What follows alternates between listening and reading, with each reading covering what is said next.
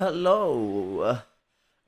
I'm actually live somewhere almost kind of about on time. Don't check the clock. But I failed yesterday because of I got caught up in conversations with Maoist comrades. What's it?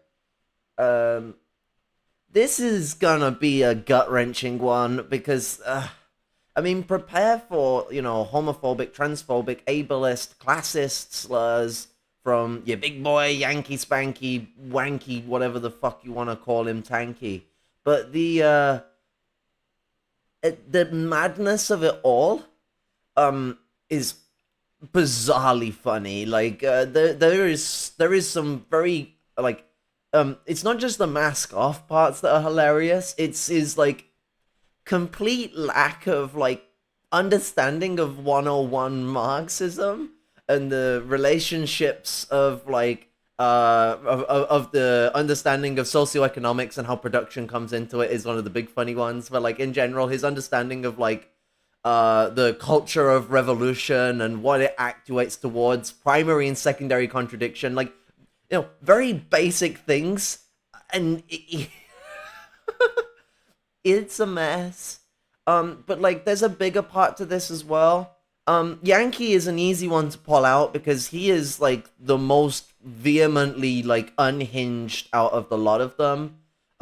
Even Haas manages to keep his shit more down low than this, and he literally did a video where he dressed up like sex offender Batman, and then went on a like we're gonna march on the skulls of my enemies while Red Alert 3 music was playing.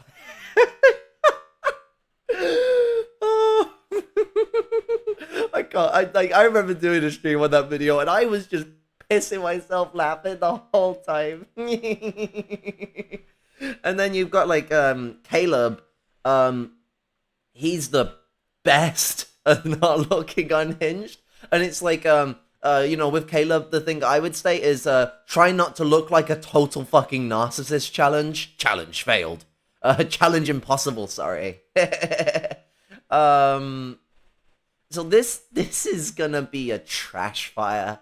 I've seen parts of this, but I held off from the rest of it because A, I've been told about what goes on next, and B, it's just get some you get some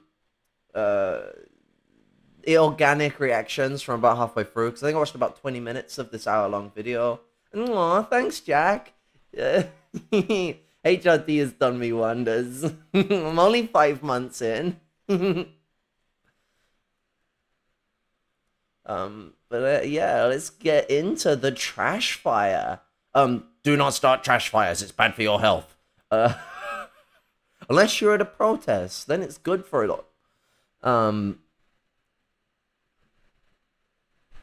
That's not even me taking the piss either. I absolutely support starting fires and stuff. Like, do what the fucking you need to do. Not as a measure that you should just dive into, but if that's what you need to do to fucking start a fucking ablaze in it, there's no need for the protests to be civil. I'm having an autism over clarification moment, but let's get right into the news.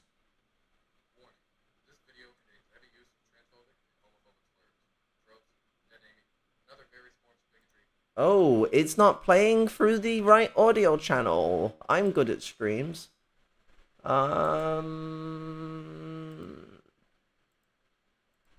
Things you should do before you start streaming. There we go. Warning.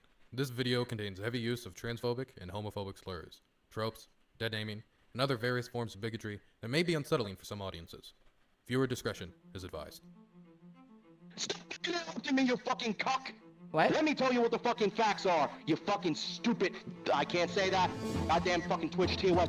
Fucking porn adults. It's obvious you're porn adults. You're pretending to be a fucking woman. Focusing. I've been asking you to explain one concept. Just one Marxist concept. And you can't explain it. You know you don't know what it means, so you keep pivoting. You don't believe in Marxist theory. You...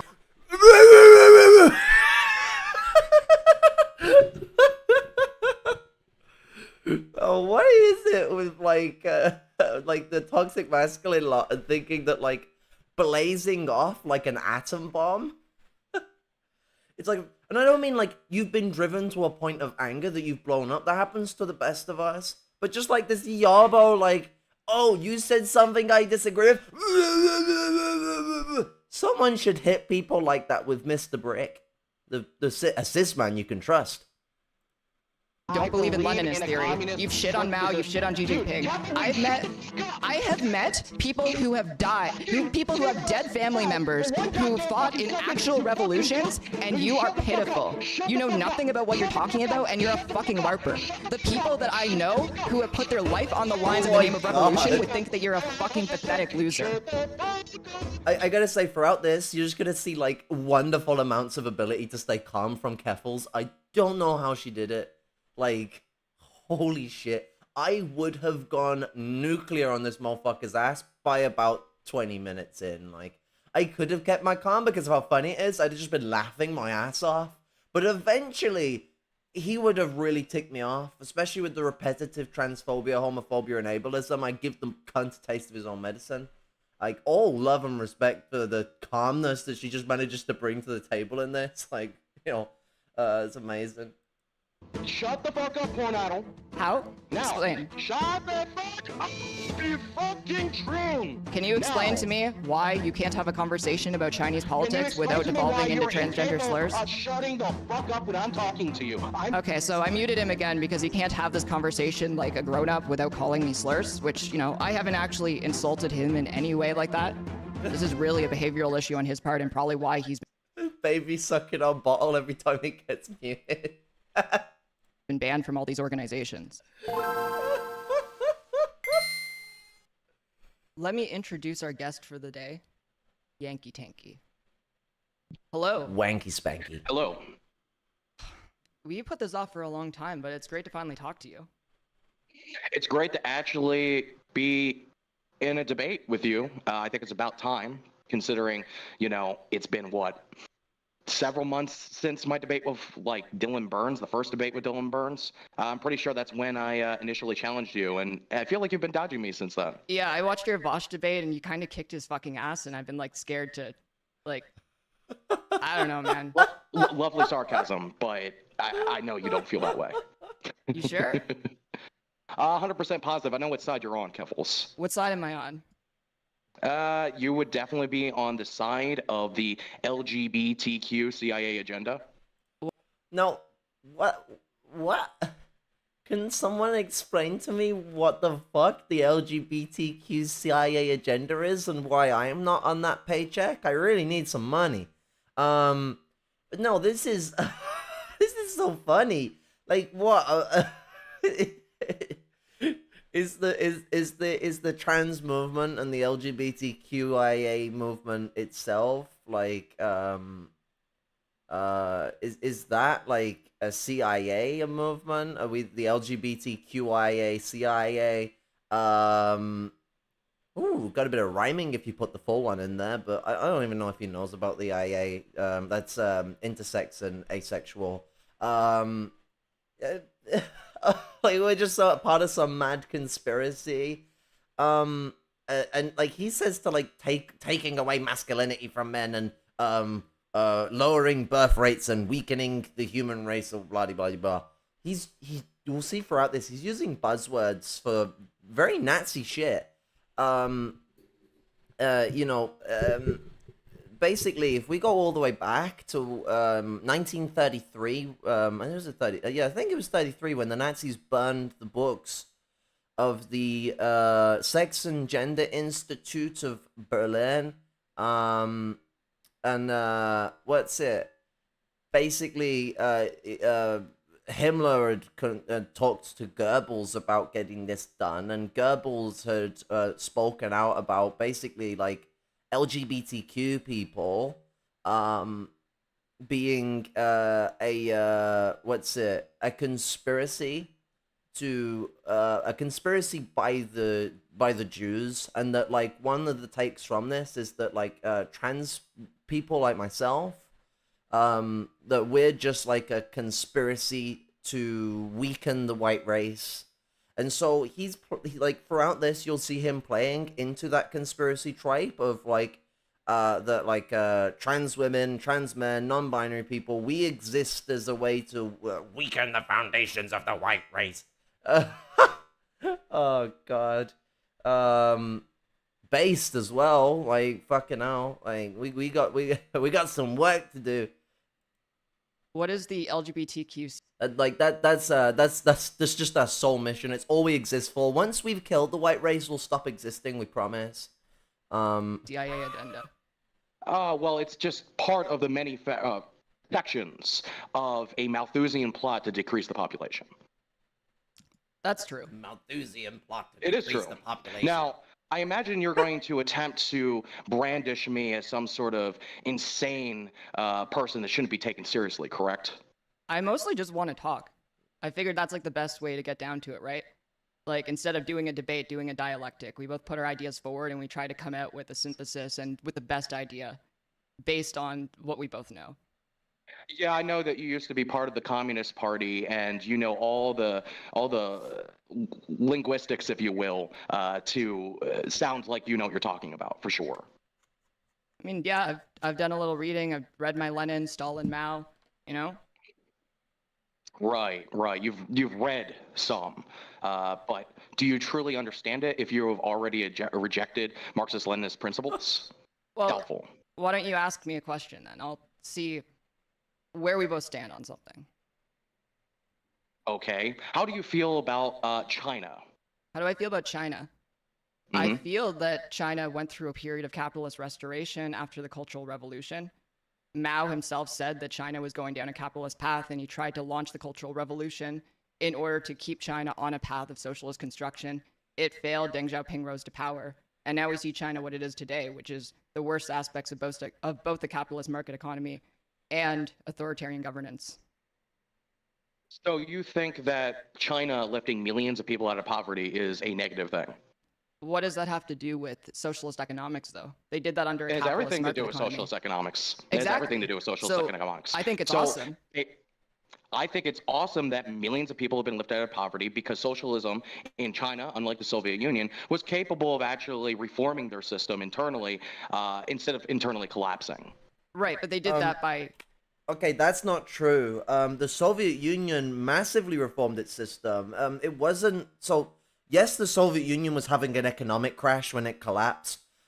No, that was not the sole reason the Soviet Union collapsed. The Soviet Union collapsed because of a rising liberal movement within the bourgeoisie of the Soviet Union.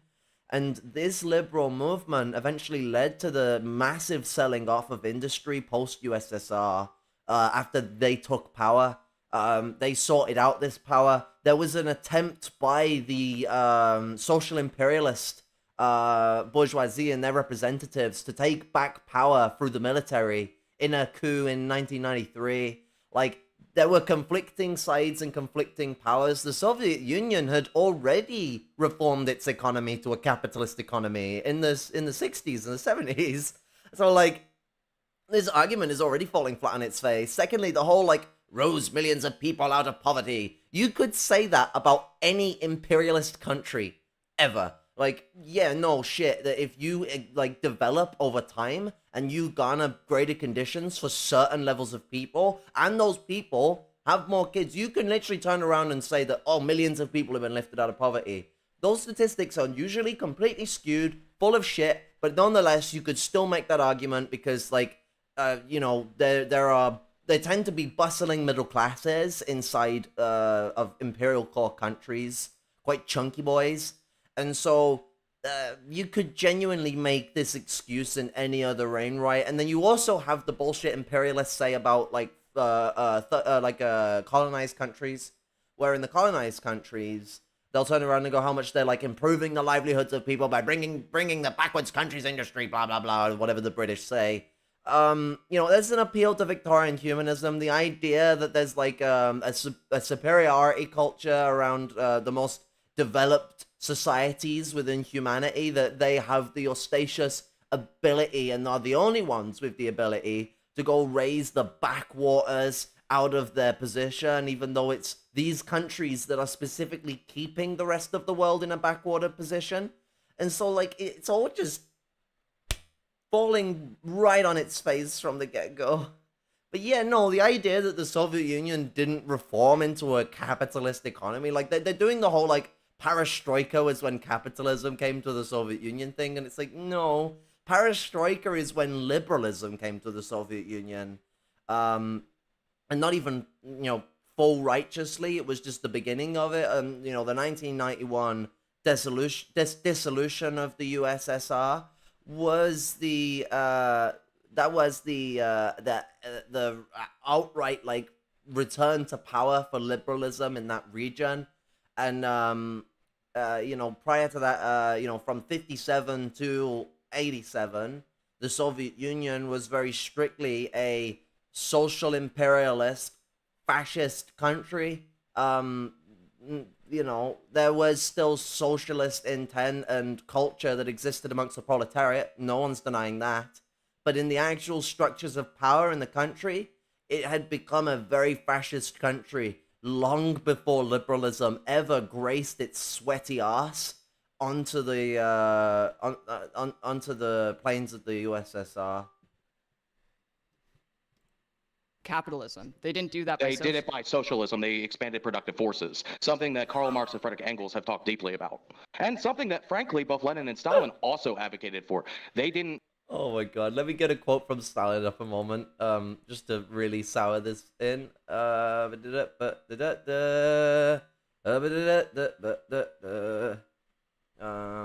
is it?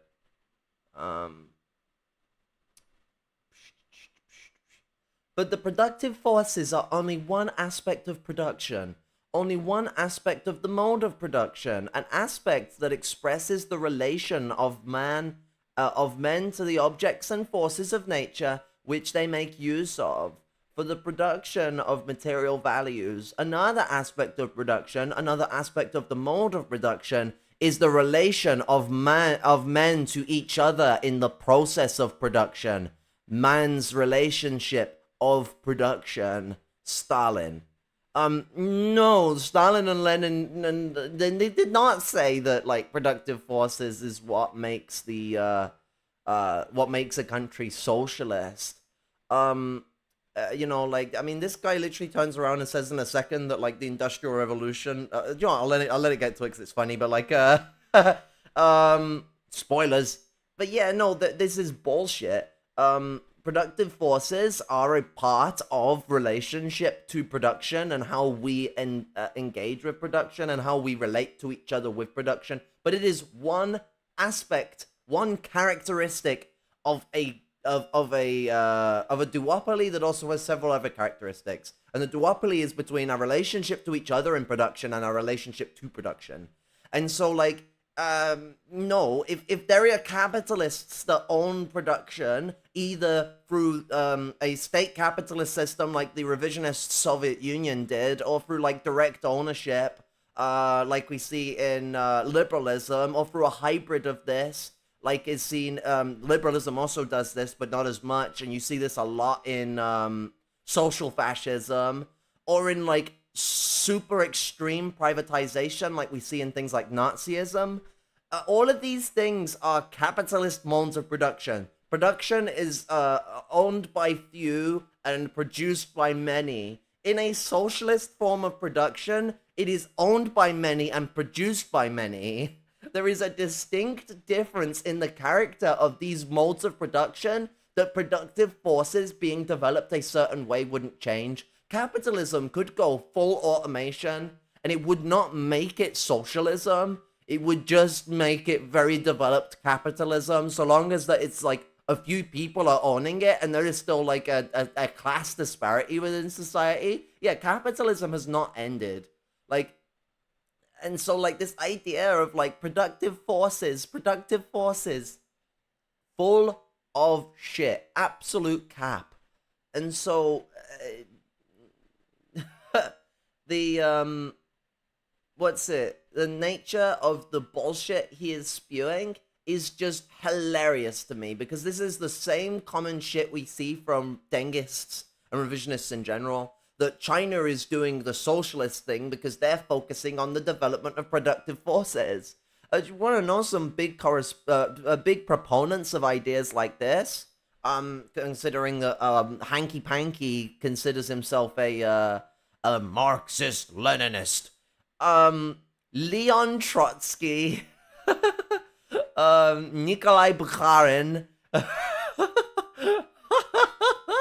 Need I say any more? Fucking Nikita Khrushchev, or Khrushchev, because everyone says it wrong. But I need not say any more. Literally, some of the most rampant revisionists and fucking fascists that have ever called themselves quote unquote Marxists.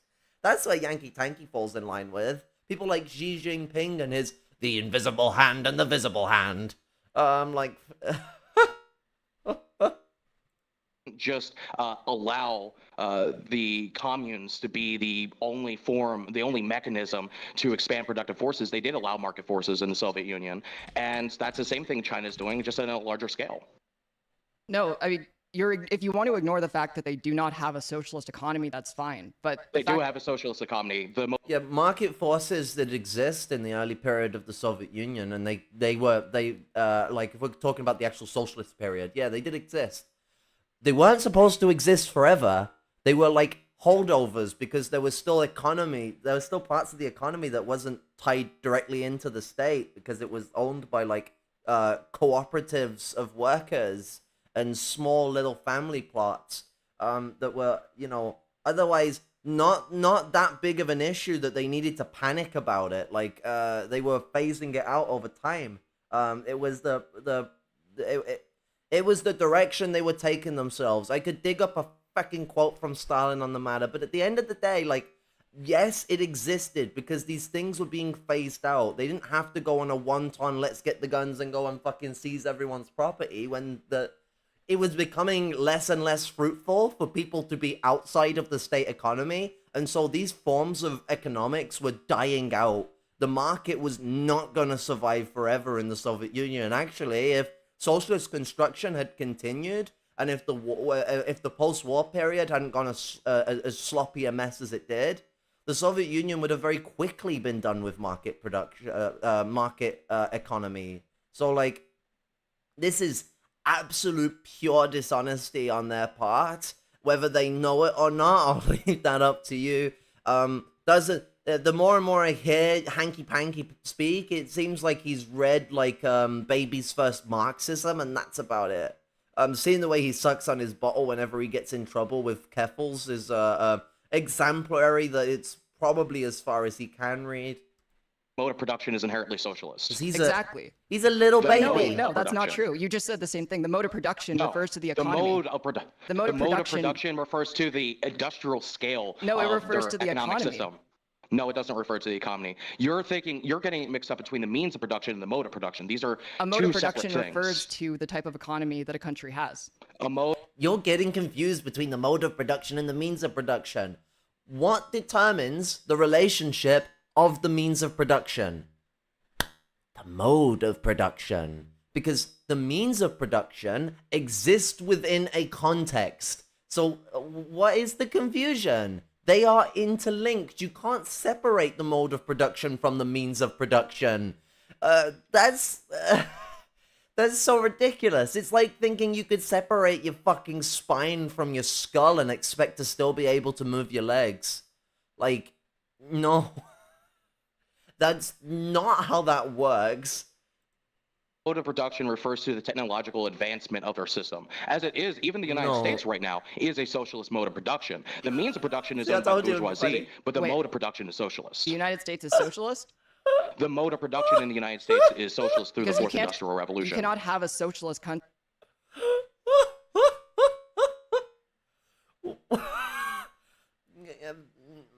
The USA is socialist, everyone. USA.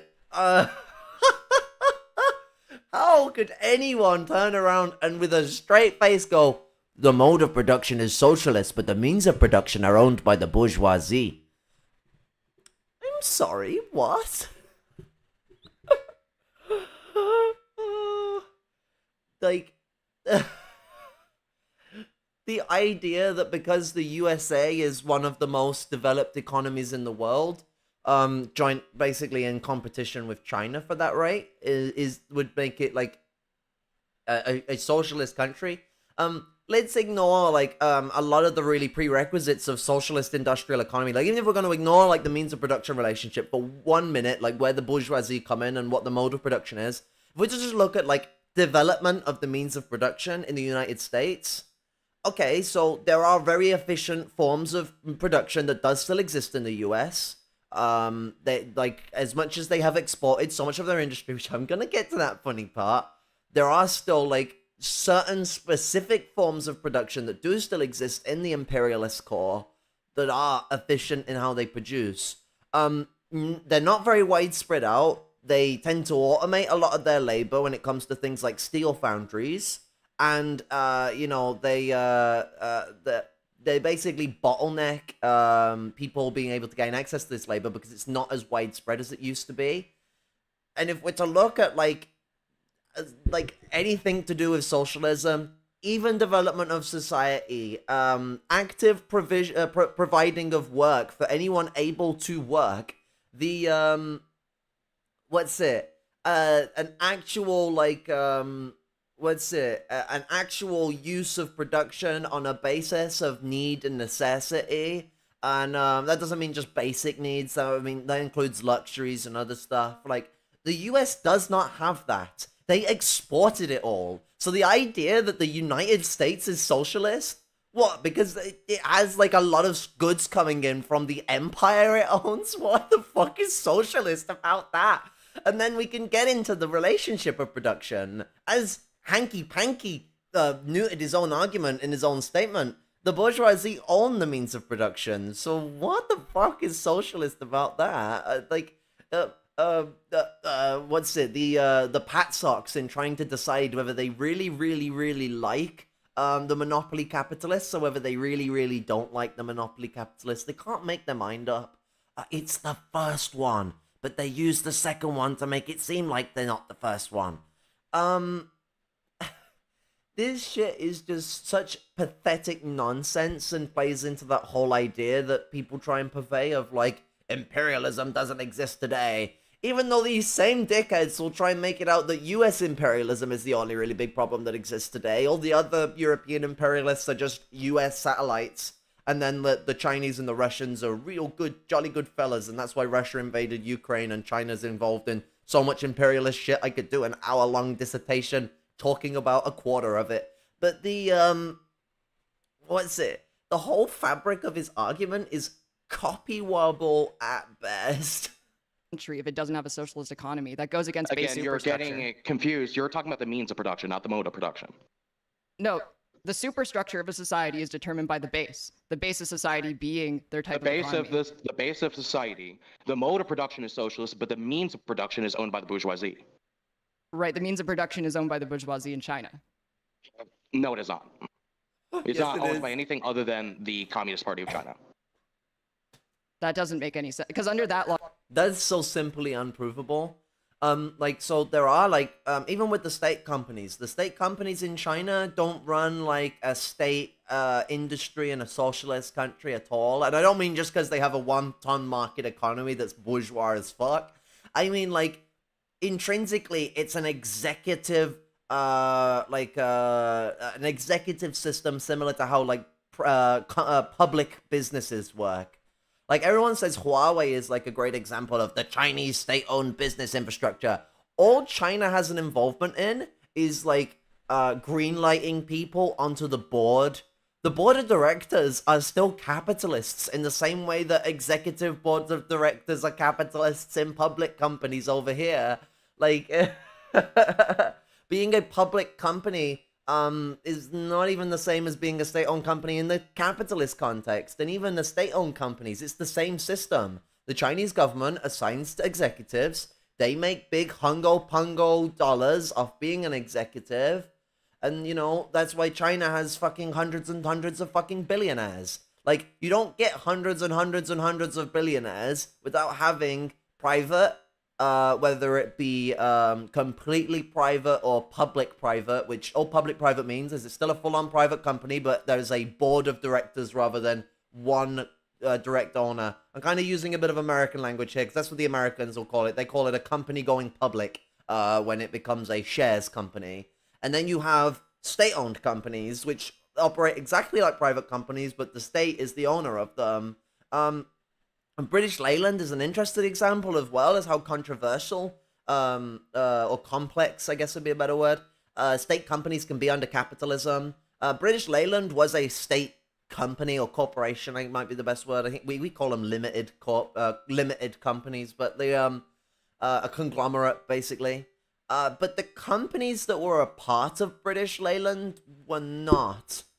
British Leyland was just like a unifying house of a collection of private companies that then worked under contract. And so, like, that's actually one of the most common forms of state-owned industry in capitalism. Because it allows a looser ability for companies to make profits, and that's always been the big goal with Ongo Pongo Capitalismo. So, like, what the fuck is this guy saying?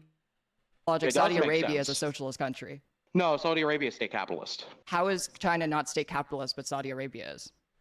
Because it has the Marxist-Leninist party of the CCP. That doesn't mean anything if the economy is not socialist. The superstructure is socialist. The superstructure is socialist. And the mode of production, not the means, but the mode of production is socialist.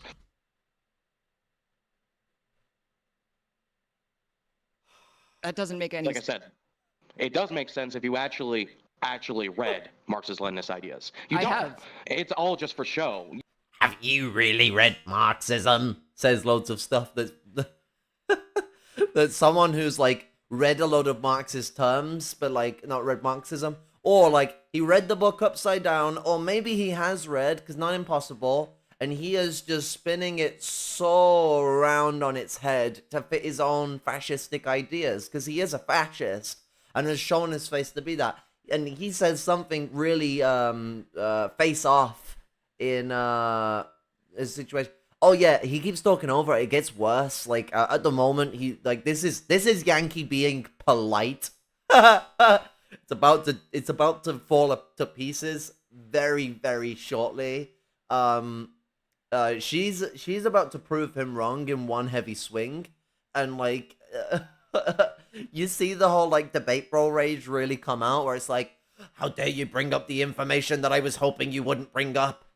Which, like, I'm always on the fence as to whether this guy knows enough to like cover his own tracks, or whether he's just like at least aware enough of a statement that's being made that he shouldn't entertain. Because as soon as she brings this statement up, he does everything he can to like completely dissolute any form of actual functional discussion about the statement, and it is an absolute piss fire. You pretended to be part of the Communist Party, and you have No, she was a member of the Communist Party. Clearly shown that you don't understand Marxist-Leninist principles at all. If you don't expand the mode of production, I don't understand Marxism, Leninism like I do. China just would have been, you know, socialism and poverty or whatever. If we wanted socialism and poverty, you know, like we would just, you know, they would never expand it. This idea is stupid. You want to know when China really lifted millions of people out of poverty? Was during its revolutionary period, where they were fucking, you know, helping people get off drugs, housing people, providing people stable jobs, stable income. Like, you know, the revolutionary period where like society was actually looking after people. Do you know what happened when China, like, you know, was stabbed in the back by revisionism? You know, the people betrayed by this clique of fascists. You know, what happened? They fucking crumbled. The people were abandoned. The situation that occurred in China was devastating after that period. And so this idea that like, oh, well, China in like the last 10, 20 years has totally, by their own statistics, keynote, raised millions and millions of people out of poverty. Even if that is true, they put millions and millions of people back into poverty to even get there. You know, and like there's been a rise in fascism and racism within the country since then. China is like China's the favorite country of like Nazis in Europe. Like, they fucking love it. British Nationalist Party, well, former the now defunct British Nationalist Party, their leader, or former leader, Nick Griffin, he's heavily involved in Britain First, and he's good buddies with the guy who runs the. Now, bear with me. This is a weird British organization. But make sure you're sitting down. You don't want to fall over. The Knights Templar International. Now, I hope no one fell over and hurt themselves laughing, but that Nazi motherfucker there, big Mosley fan, he loves his Oswald Mosley. He called China, quote, the perfect example of nationalism in our world today. End quote. Nationalism, for anyone wondering, is a little sneaky buzzword for fascism or Nazism. Fill in which form of fascism you want. Choose your flavor. But the,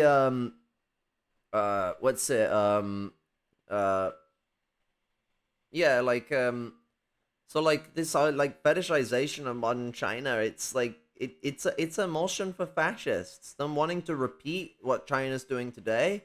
We see this amongst both fascists and social fascists. China inspires them all. The point about Stalin made about the social democrats or social fascists, whatever funky punky name you want to give them, and the fascists being joint at the hip, twin sisters. That's very much on show with the way that Nazis, fascists, social fascists, ingy pingy punga wonga wongos around the world, especially in the white supremacist regions of the world, are like so mortalized with China. I mean, even the ones that will come out and hate them, like people like Trump. Why is Trump so aggressive about China? Because he's in awe of the fact that they're obliterating the US in the market. That's why. He's afraid of losing his empire. Like, he's a very big US nationalist. And big bourgeoisie that are also interested in US nationalism, they tied the US empire and its, like, existence to themselves. Like, they're Ronton individualists. They can't think of loads of people in an empathetic fashion. And so he would place himself on his own country. The downfall of the US empire is, in his eyes, the downfall of his own empire. And so, even the ones that, even fascists that claim hate for China, it's usually out of awe. Although a lot of it also comes from just blank fucking Asian racism, because that shit's still going on today. So much for progression. It would be like Cuba is today. Cuba has socialism amongst poverty right now. China actually has socialism amongst wealth. And that's the This socialism amongst poverty and socialism amongst wealth is bullshit. Cuba is not in poverty because it has socialism amongst poverty. Cuba's in poverty because it's been under a blockade for fucking who knows how long. I don't mean like the active blockade that existed before. I mean the fact that they've been under sanction. The US has a massive, tight grip over Cuba's ability to relate with other countries. That's been a problem for decades. If you were under sanctions for fucking, what's it been, like 60 years now? You would also be crumbling at the fucking seams. It's actually amazing that Cuba manages to do so well for itself and be able to send doctors abroad to help other countries.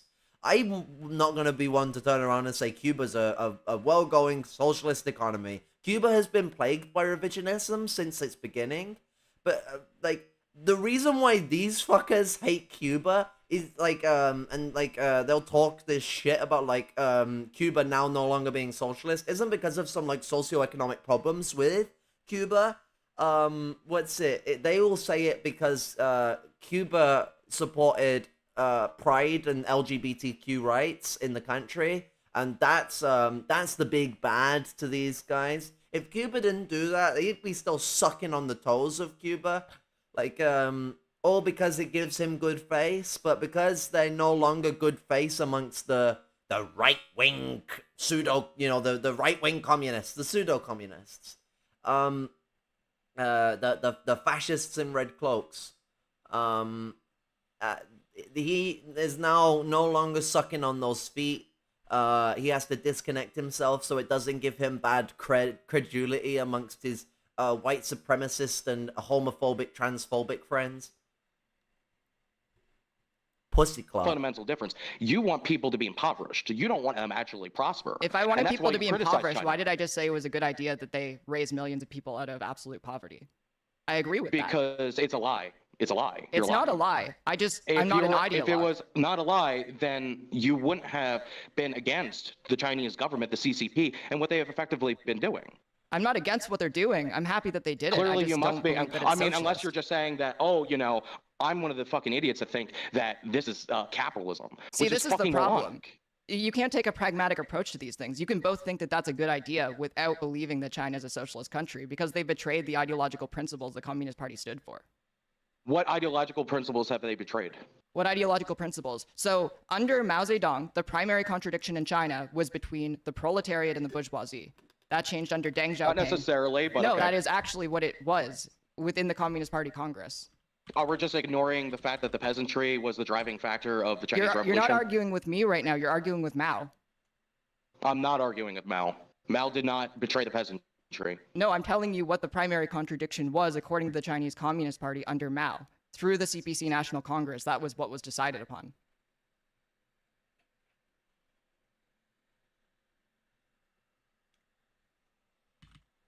Hello? He froze. I think oh, he's back? Hear me? Yeah, I can hear you. Can you hear me? Yes, I can hear you. Okay. Can you show me where Zedong specifically said that the peasantry were not part of, it wasn't a class collaboration? That's not what I was saying. I was talking about the principal contradiction. That's what you're implying. You're implying that the only two.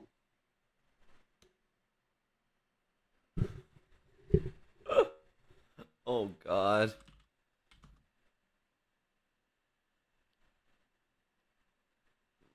His internet has crashed for not understanding the simples of primary and secondary contradiction. He would jump to he froze make again. class collaboration the primary motion of any situation. Not that there is a collaborative effort on the Hello? secondary between the proletariat and the peasantry, one that is temporary, that exists within the connotations of their struggle against the bourgeoisie. But when the bourgeoisie is dealt with, then new contradictions arise between different class groups, you know, like once the bourgeoisie is out of power, the petty bourgeoisie rise up to be the big issue in a situation. There's a quote from Lenin after the revolution where Lenin's like, what was it? It was like, it was basically somewhere along the lines of like, now the petty bourgeoisie are the problem, like, you know, or like,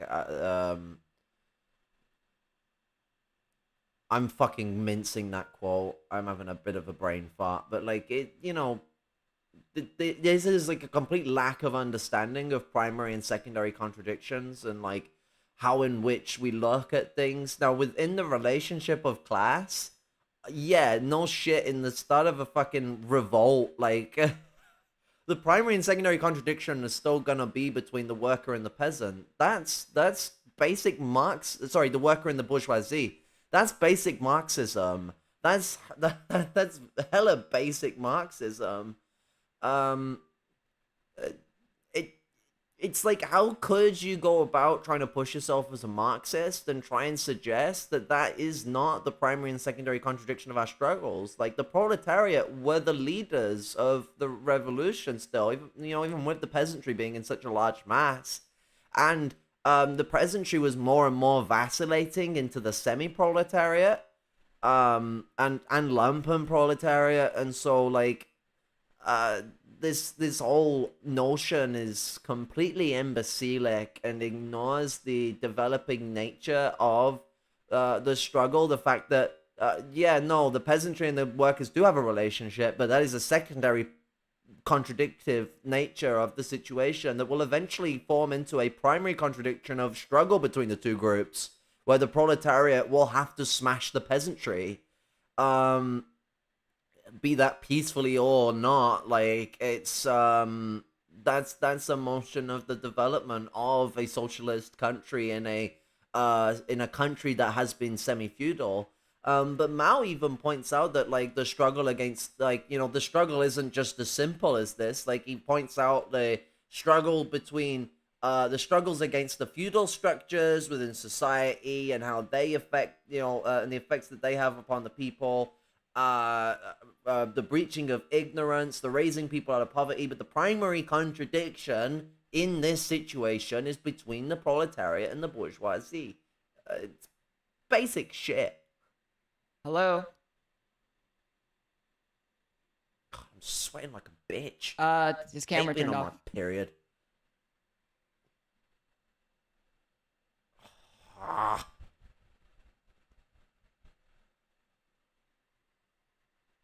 Anyway, here's a link from Xinhua.net. Yeah, what's it? I may end up fucking, my brain will go flat a lot during this, because I am on my, it's the time of the month, because I'm one of the unlucky trans women that get periods. For all the affirming nature of having that engagement, holy fucking shit. Nasty, and I'm getting really bad hot flushes at the moment, which it doesn't help that it is 20 degrees C. I don't know what that is in Yankistan. I don't know. Add 30 or 40 on top of it. Maybe it gets somewhere close. Stop using Fahrenheit. Hi, are you back? Can you hear me? Yes. And there's the fucking headaches. I don't know why we got disconnected there, but nonetheless, you were saying? Oh yeah. Well, I did find an article. So this is Xinhua.net. Soon after 1949, the primary contradiction was the people versus imperialism, feudalism, and the remnants of the Kuomintang forces, which have... That's that's completely not what you argued. No, I wasn't finished reading. That was literally not what you argued. That's not... That's literally not what you argued. I didn't finish the point. It doesn't matter if you didn't. No, because everything you've already read. Everything you already read. No, it was the has next already sentence. contradicted No, what it you was said. the primary contradiction evolved over time in China. You're literally arguing with the Chinese Communist Party's official news source. Contradicted everything you just said. No, I didn't. Everything you just did. If you let me finish. Everything you just said. If you want to let me finish the point, because I didn't finish reading, it was a single sentence. You finishing your point is irrelevant. Your point that you're trying to make is irrelevant. You're disagreeing with China right now. The point you're trying to make is irrelevant. Why are you disagreeing with China? The contradiction. Why do you hate the Chinese Communist Party? Why are you lying about what China supports? I'm not. I have. Clearly, do you want the link? I can. The source that you just provided, what you just read, yes? proves the argument wrong. No, it didn't, because I wasn't Literally finished. It did. I wasn't Literally finished. It did. I was Literally not it did. finished. Literally it did. It doesn't matter if you didn't finish. No, I'm not going to let you finish. So you hate China. I'm not going to. I love China, no, you and don't, I think because you won't hate let China. me read the Chinese Communist Party's official news bulletin. You obviously don't care what China has to say. You're a white chauvinist and you hate the Chinese people. Everything you just said. I'm willing to listen to the Chinese people because I'm not a white chauvinist like you. And if you want to prove that you actually care about China, you should let me finish. All the transgenders are fucking white chauvinists. Okay, I just muted him, so I muted him so I can finish reading. So that evolved into proletariat versus bourgeoisie, which the Xinhua.net bulletin says is a mentality which led to So that's an interesting choice of words for him to be like all the transgenders, like not transgender people, all the transgenders. Yeah, no, that's a dehumanizing statement. That's trying to just like limit us to being trans and not being like also people, like all of the transgenders. It's like when people say all the gays. You mean gay people? They don't, because they don't see us as people. They see us as things. They see us as betrayers of righteous humanity, and so like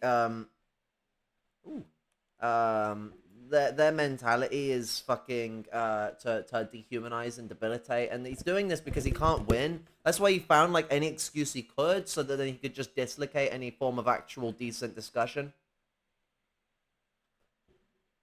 Along social turmoil across the country. In 1981, the CPC changed its assessment of the principal contradiction to the ever-growing material and cultural needs of the people versus backward social production, a historical policy shift at the heart of reform and opening up. Developing the economy mainly through growth was thus endorsed by the CPC as the central task. Market economic reforms, seen at the time as the magic bullet to transform production, were released on a unprecedented scale. That is what I was trying to read. I don't know why you got so aggressive. Your argument was disproven by everything you just read. No, my only argument It was that the literally principal was. contradiction, according to the Communist Party's National Congress, used to be proletariat versus bourgeoisie, which is central to Marxist thought. Before the actual Red Revolution, when Mao was trying to still work with the nationalists? No, that was after. As soon as Mao started working with the peasantry, he understood that it was a class collaboration What year are between you talking the about in peasantry, China's the history? working class. Why do I have to bring up the exact year? Because I'm trying to. We already know the order of events. The order of events were Mao tried to work with the nationalists. He tried to just work with the working class to try to overthrow the bourgeoisie. It did not work. And then once he realized that the nationalists. So he's pulling typical pseudo-intellectual stuff where, like, the guy's, like, he's been asked to express it. Like, he hasn't even given a roundabout. If he doesn't directly know, he could at least give a decade, like an era. Like she said, what era? You know, and instead he goes, we already know the order of events. Gives no actual timescale to any of the things he says and just blurts off a list of generalizations that he pulled straight out of his hairy ass. Were never going to work with him. He was forced to take, go into the fucking north and actually, fight a protracted people's war. And he went to the peasantry. That's who he went to. He didn't go to the workers. He understood this. This is a matter of historical fact. It's completely Right, I'm undeniable. talking about after 1949. That was when the primary contradiction changed. You're not talking about 1949. Yes, because before. No, you're not. Yes, I am. What you're talking I'm about literally reading. is it contradicting exactly what the Chinese Communist Party, well, before they were a party, with the Red Revolution actually did. They worked with the peasantry. I'm literally reading It's Chinese undeniable. news to you right now. And you know what, though? You're selecting works that have nothing to do with the reality of what we're talking about. I'm here. reading the Okay? official documents from the Literally, 19th It doesn't Communist matter Party of what you're China officially National reading Congress. because we know what the circumstance was. We know that Mao failed to work with the nationalists and was forced to go to the countryside and talk with the peasantry and work with the peasantry. And it became a coalition of the working class, the peasantry. That's not even how that happened. Like, the working class and the peasantry become a coalition during the during the Sino-Japanese War. And at that time, the communists, while working with peasants and workers, also tried to have a united front where they would struggle with the nationalists against the Japanese. He is literally like, he's separating events into weird compartmentalizations in a way where he's trying to suggest that, like, Mao tried to, like, make a unity, he tried to work together with the nationalists as friends. But when the nationalists eventually didn't want to work with him, he then went to the peasants. No, that would be absolutely moronic of a take to pull out of your fucking uncleaned ass. And sections of the small landlords and petite bourgeoisie that fought against the Chinese nationalists So, like, and I the need you to know I'm imperialists not that were backing disagreeing them. with you, but you're getting mad that I'm reading documents from the 19th I'm CPC getting National mad that Congress. you are failing to actually argue your point. I Your haven't point even is- set up my point. Your point about, it was actually, just the haven't working gotten class to the versus point the that I had to bourgeoisie is make. just false. It's false. What is false? Your argument that it was only the working class and the bourgeoisie is false. No, I was reading to you what the primary contradiction was in China in post-49. That doesn't matter to your point. It doesn't matter. We No, it know does what the matter. actual You reality didn't was. let me No, get it to doesn't my matter. point. No, it doesn't matter. It It doesn't does. matter because you're a fucking retard, okay? Shut the fuck up. I know the history. You clearly don't. You're the one who's yelling at me over reading official I'm yelling Chinese at you party because you're a documents fucking to you. stupid troon, okay? Now shut the fuck up and realize the situation. China, Do you feel like a big boy now? under Mao, you feeling like a big boy? it was shown under Mao that he worked with the peasantry and he worked with the working class, the petite bourgeoisie, and the small-time landlords. And he built a class collaboration to fight the Chinese nationalists. Okay, look, I have to mute you because you can't call me Realize the situation. China, Do you feel like a big boy now? under Mao, You feeling like a big boy? It was shown under Mao that he worked with the peasantry and he worked with the working class, the petite bourgeoisie, and the small-time landlords. And he built a class collaboration to fight the... See, he's trying to twist the history of the revolution into this, like, fasci class collaborationism. United fronts do involve classes in some like collaborating with each other, but these are means to an end. He's avoiding the part where landlords became a fucking enemy pretty quickly because they didn't like the communists. They didn't like the communists. Like like fucking welcome to the world of Marxism and the conflicts between the proletariat and the bourgeoisie. It's like fucking it's like hearing it's like hearing libertarian criticisms of Marxism. It's hilarious. It's so poorly understood information being delivered here. One-ton generalizations. You would think it was something that came from a newborn child's mouth, their first few words at the age of 3 or something. I don't know. Throw out some weird absurdism that you want, but this is the kind of shit that comes from someone that doesn't know what they're talking about or are trying to purposefully manipulate and turn what they're talking about into something that is a perversion of the active thing going on, and that's why we see him really hearkening and sticking on the class collaboration as about 1949. The Chinese nationalists. Okay, look, I have to mute you because you can't call me transphobic slurs on Twitch. You can do it in your Tankie Discord after this, but please be respectful for the platform. Nothing I said really constituted that kind of attack. That's a bit uncalled for. I haven't called you a single name. I don't care how you feel. I really don't care how you feel. Yankee shows that he's a narcissist. Example number 69,722,420. Why did you want to debate in the first place, then? Fucking debunk your bullshit, your fucking LGBTQ CIA agenda bullshit. I'm reading Communist Party documents to you. This has nothing to do with transgender And you're issues. reading Chinese Communist Party documents without any context to what we're actually talking about. There is nothing that you're reading right now that's relevant to what we're talking about. I think it is relevant. Absolutely. You're a fucking retard. Okay, I mean, like, what I'm saying is relevant to Bombard the Headquarters, the short document written by Mao in 66. It's not relevant to the reality that we saw with China. It was class collaboration. It's undeniable. That is what happened. Wait, what is undeniable? That it was class collaboration. The Red Revolution was class collaboration. It was the working class, it was the peasantry, it was the petite bourgeoisie, and it was the small-time landlords. Right, but the primary contradiction I was talking about occurred after the revolution. The primary contradiction that we're talking about is in the context of the revolution. We're not talking about anything post that. You're bringing that up because you're trying to I mean, I started this conversation talking about the Cultural Revolution, which happened in the 1970s. I was not talking about the cult. The revolution was actually led by like there was members of the national bourgeoisie that were involved, but they weren't leading the revolution. The revolution was led by the working class in a collaborative effort with the peasantry. The petty bourgeoisie had an involvement, and so did the national bourgeoisie, but they weren't the leaders of the revolution. Like, them trying to make this whole like they all led it together, arms in linked, is so imbecilic. And at the end of the day is promoting an ideation of class collaborationism, and not the important factor of the revolution, which is that the non-proletarian classes that are joining a revolutionary struggle, they have to shape up, learn, become proletarian. Like these people that join communist parties, those that are not communists, that aren't socialists, that aren't involved in that struggle and are like tie-ins because of their own little interests, those little fuckers are gonna get stomped out.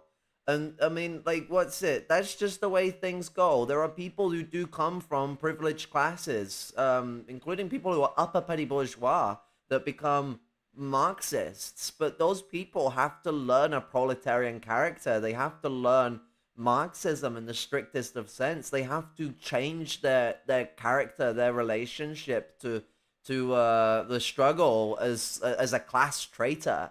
And so, like, this bullshit is just so idiotic. China did make mistakes in its governance post-revolution with New Democracy, but that's a different discussion. The main point to really be had here is that the situation of the revolution was not this character of like these blocks of classes formed a class collaborative effort where they all had a hand in the pie. No. There was collaborative efforts that occurred, but these things formulated on the basis of on the basis of the United Front during the Sino-Japanese War, and then the continuative war that occurred after that fact, and the fact that some of these groups felt sympathy towards the communists over the Kuomintang. If these groups were not willing to shape up and change their class character, well, does Yankee Tankie know what happened to landlords in China when the communists came to power? Do we have to dig up all the memes about the landlords getting executed? I think we might. What's it? And so like this ideation of some like grand class collaborationism is fucking ass backwards. There were problems with this because of the people's democracy type shit going on with New Democracy. The allowance of bourgeoisie within executive positions within major state companies. Like, you know, there's a whole discussion of a lot of fucking different shit that goes on. You know, New Democracy has a lot of downs, and it does have a lot of ups too, but more downs. And so like there is a point of criticism. There is a lot of discussion to be had, but it's actually not how Yankee Tankie is saying it. Yankee Tankie is trying to like describe China as if it's some sort of like fascist. Well, I mean, back in the day, as if some sort of like fascist class collaborative effort, and not like it was, which was a movement led by the proletariat, the proletarian revolutionaries, a movement led by the Communist Party of that proletarian, of that proletarian revolution. And so, like, you know, this is idiocracy at best. His ideas, though, would fit more in line with the way modern China likes to go about itself.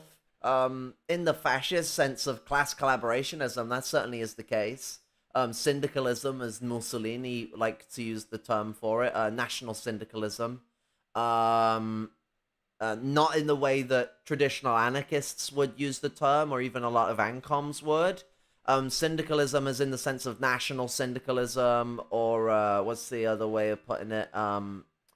National anarchism, and which is where Mussolini got the idea for national syndicalism. Well, a lot of the ideas for national syndicalism from. It's a few other places that he got these ideas from. And it's like class collaborationism is a sort of thin term because like there's a collaborative effort in this capitalist structure, but the proletarians aren't like gaining this massive benefit from it. It's you know, they're being treated like mules in the relationship.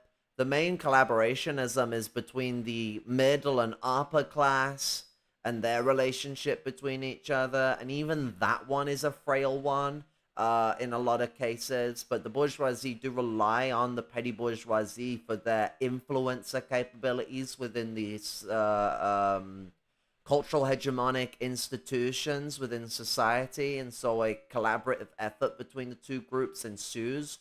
Liberalism has a tendency to be a lot more neglective towards the petty bourgeoisie, and even in many cases liquidative towards them. Fascism understands, to at least to some degree, a need to preserve at least certain elements of that class. They certainly have a problem with the lower petty bourgeoisie in a lot of cases. Fascists have historically attacked students and teachers. In the teachers' case, to replace them with their own, but in the students' case, like there's a lot of anti-intellectualism that goes into fascism that tries to push, you know, less fortuitous students away from being within that group of people. And so they what would be the term for it? They siphon it away from an accessible means for people to engage in and make intellectuality a much harder thing for people to acquire unless they are like well-off petty bourgeois or bourgeois. Cultural revolution. I never was. What? I was never talking about the cultural revolution. That was the point I was trying to Well, make. that's because you're fucking retarded. I wasn't arguing on the basis of the Cultural Revolution, so it's an irrelevant point. No, it's relevant to my It's argument. entirely irrelevant. Your argument is irrelevant because that's not the context of the argument I'm making.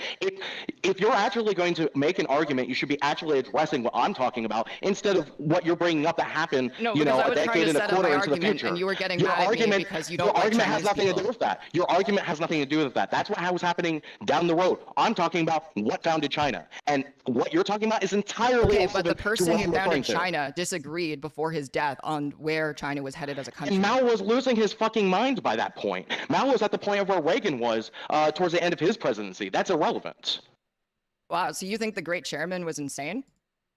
I think that any person that stays in a position of power too long, that is not mentally with it as they get to, an elderly age, shouldn't be in a position of power. And that is proven when Mao is contradicting all of his works based on the conditions that he existed in during the revolution. So it's you're not a saying relevant like point. the Marxist-Leninist governance model is inherently flawed because it allows people to stay in power for significantly long periods of time without checks. Incorrect. That clearly didn't happen with Stalin. That it clearly didn't happen with Lenin. They all died at a I mean, they all died at a reasonable age thing, but like, what's it? If you're saying like was in power for too long, well, what Stalin was in power longer than Mao was. Mao, what, from 1949 till 1970, or basically 1973. I mean, like he was still around until 76, but Mandan was a smiling Buddha by the end of the Cultural Revolution, as he used in his own words.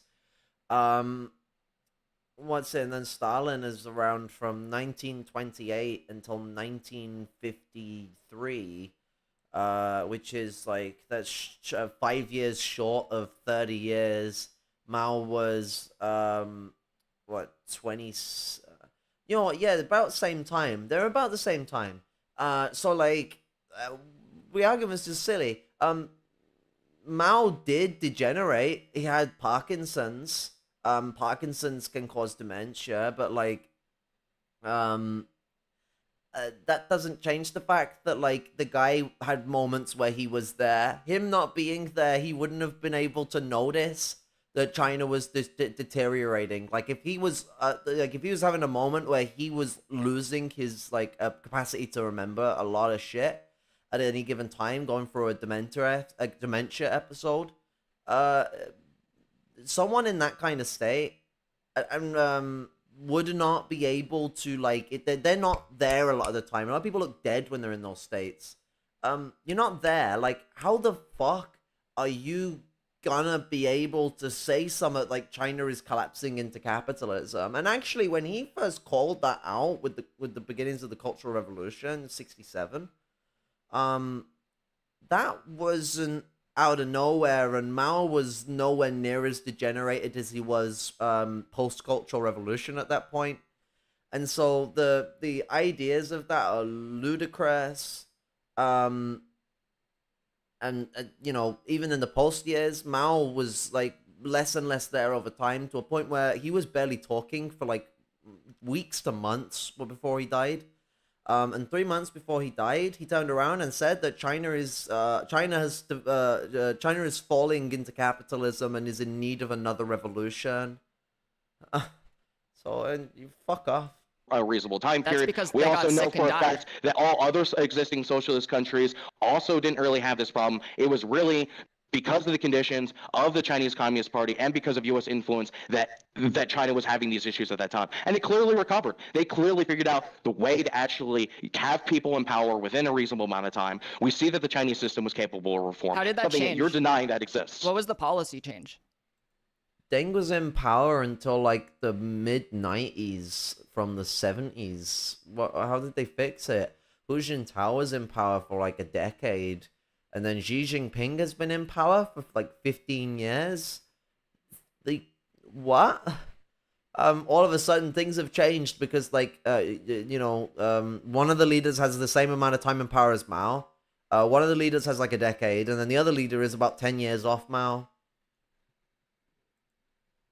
Well, the policy change, what are you referring to specifically in the regards of old age or whatever? Yeah, 'cause I don't know that's what the you're exact talking name of the policy, but we can see that whatever China did, the end results was that there's no longer people in positions of political leadership that are so elderly that they're like go against everything that they fought for during a revolution. You know, like it's clear that the Chinese system reforms. I can't pinpoint the exact policy, but I don't need to because we can see the end condition you don't need of whatever facts? policies are Because that goes implemented. against any sort of We Marxist can look analysis. at, we can You're supposed to examine the analyze data. conditions. We can examine the conditions. That's what we actually have to examine. It doesn't matter this Anglo-box bullshit that you're trying to say that's something to do with Marxist-Leninism. No, that's bullshit. We know I for a was fact reading to the you Chinese system Communist is Party capable of documents. performing. How is that the Chinese system, by trying to Oh, I use forgot to take my so-called HRT. evidence I've as some only, sort of so far, defense in when my we can argument, see what the end results used of the Chinese party conditions of these documents. policies actually are. We can see what these end results of these policies are.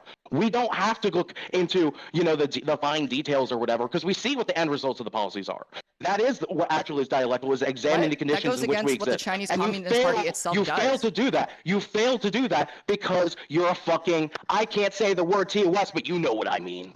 Okay, I get it. You're a little angry boy. You need Look to at keep him turning this back to sulking. identity Oh my politics. God. But all I'm trying to do is talk to you about Chinese Because politics. you're part of the know what I mean. LGBTQ CIA agenda. I know what you're pushing. You're trying to feminize the masculine people in our society. You're trying to turn everyone that you fucking can into some sort of TOS. And when you're doing that, I'm coming to feminize you, Yankee Spanky. I've got my titty pills right here with your name written straight on it, mate. you're purposely causing the reduction of this population. You are cursing the Western civilizations, whether it be the United States, Germany, France, or Ireland, to an agenda. He sounds even more insane when he's playing on fast. like let's hear that one again when he went to Seoul. His dialect was examining the conditions in which we exist. And you failed to do that. You failed to do that because you're a fucking, I can't say the word TOS, but you know what I mean. Okay, I get it. He looks even more absolutely batshit when he's like fucking what's it when he's on high speed. Little angry boy, you need to keep turning this back to identity politics. Like but all I'm trying to do is talk to you about Chinese politics. You're part of the LGBTQ CIA agenda. I know what you're pushing. You're trying to feminize the masculine people in our society. You're trying to turn everyone that you fucking can into some sort of TOS. And when you're doing that, you're purposely causing the reduction of this population. You are cursing the Western civilizations, whether it be the United States, Germany, France, or Ireland, to an agenda that is going to kill off the human population over time and allow the bourgeois elites to be able to maintain their that was interesting to me, Western actually. society. What you were saying about Ireland. You are advocating for the WEF. You are advocating for the fascism of liberalism. That is what you advocate for. I find it interesting that you can't actually have the conversation about China. That you need to go to talking about trans issues. When we were having a conversation about China, none of this has to do with your argument. All of your arguments are on the basis of this lie that you can be a fucking woman when we know for a fact you are a man. How is me reading 19th Communist Party of China National Congress documents? What does that have to do? Lucas, shut the fuck up. Do you feel like a big boy? LGBTQ CIA agenda bullshit. You will not be able to keep pushing this down the throats of the American people. Look at the little baby. Can I ask you a question, just respectfully, about Ireland, because I know that was something that you found contentious. I can tell you that, regardless of my knowledge of Irish politics, that the IRA back in the day would never have allowed a TOS to be able to just move to their country. Right. So, do you agree when one of the Republican first ministers said about a decade ago now that homosexuality should be made illegal?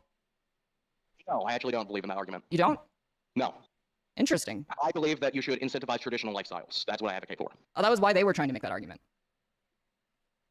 Which you don't incentivize traditional lifestyles just by banning the alternative. You actually financially, materially, promote the idea that you should get married to a woman and give you financial incentives to do so.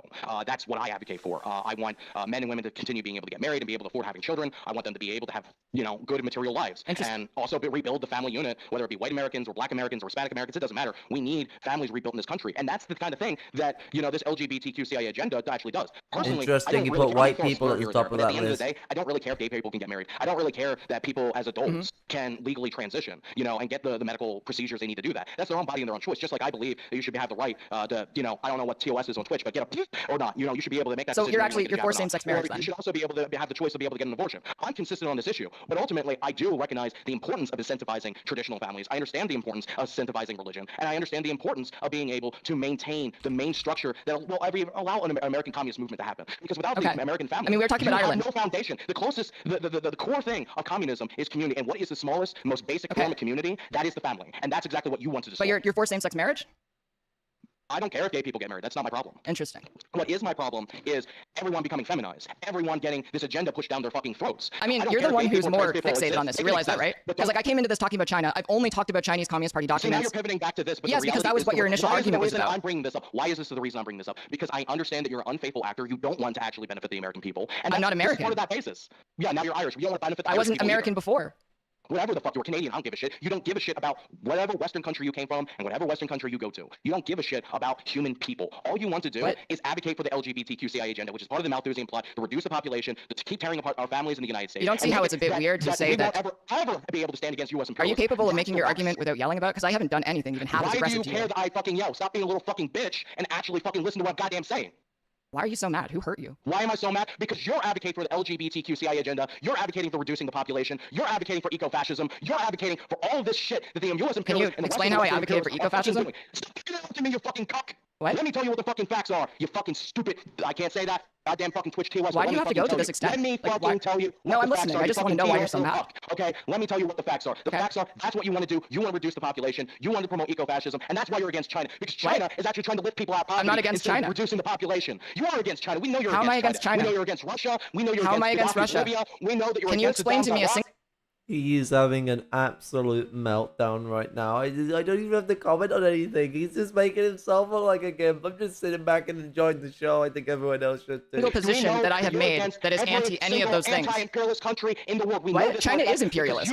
The LGBT China is one of the largest imperialist countries in the world. What are you talking about? Everything is linked back to that, Keppels. That is what the facts of the situation are. That's what the facts are. You are part of this LGBTQ CIA agenda, and that's why you fundamentally are not an honest actor. You can't even be honest about what gender you are. What? Did you think that was a really funny zinger?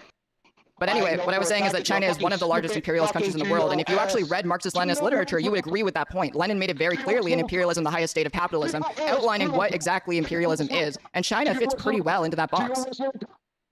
What? Do I know what? I don't understand what you're saying. T-O-S little. See, this isn't Marxist behavior in the slightest. Like, I knew you weren't really a communist. Communists are capable of actually engaging in a dialectic. You give me your points, I'll give you my points. We can meet in the middle and come to a mutual understanding. Not gonna lie, if Yankee does the Caleb Maupin thing and search this up, just to let you know, Spanky Boy, this is hella small PP energy. Like, fucking... real communist that you see in the United States. Let me ask you a question. Not even slating people on that side of the tree and just sort of hitting them where his toxic masculinity hurts. All sizes are beautiful. Is what it is. It's a brand, or you're getting fascism. That's the reality. Either you support the MAGA communists that are fighting against the LGBT. I need you to know you're yelling so loud you're blowing out your microphone, and no one in chat can understand what you're saying. You are fighting against the LGBTQ CIA agenda, are you not? Is that what you're actually trying to say? Because that's the only real communists are fighting against that. You aren't fighting against that. What? We know you're not fighting against that because you're literally promoting the LGBTQ So is CIA Cuba agenda. not communist?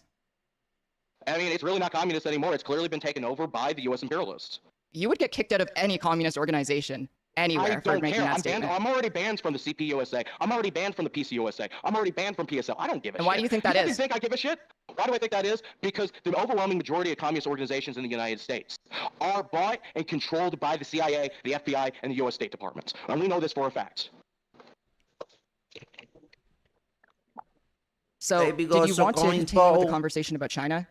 Like, I get it. You hate that I'm trans. It's fine, but it's really not relevant to the conversation. You know, you're not being honest about any topic, whether we're talking about China or we're talking about Russia. I've only quoted Chinese documents, so unless you're saying that the Chinese Communist Party is dishonest, whether you're, no matter who you're talking about, you're not coming from an honest angle. It doesn't matter what you read. It doesn't matter what context you try to put in, because the core of it is that you support the LGBTQ CIA agenda. So you're telling me that reading theory isn't necessary to being a communist? We literally cannot trust you on any topic because you don't even know if you're a man or a woman. You're telling me reading theory has nothing to do with being a communist? The fact that this fucking, like, scrangly fucking geezer can turn around and,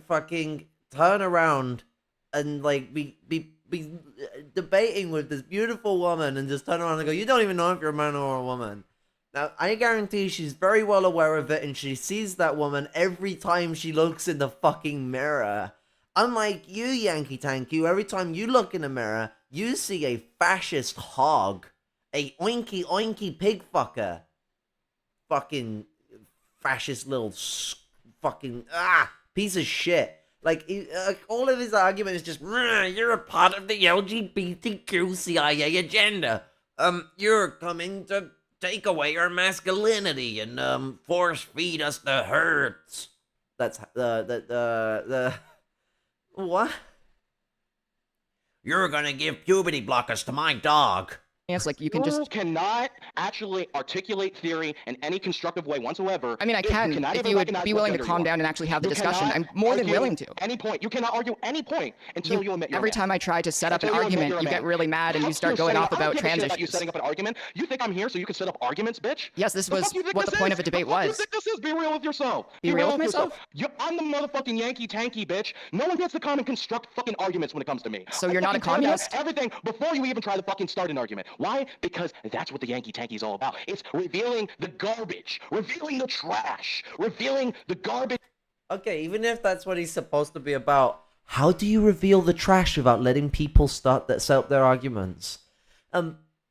Basic understanding of knowledge. Even people that aren't Marxists very, very well understand this. If you're going to prove something wrong and show the foundational issues with a problem, you have to fucking actually, you actually have to allow the argument to exist to disprove it. Like, this is like,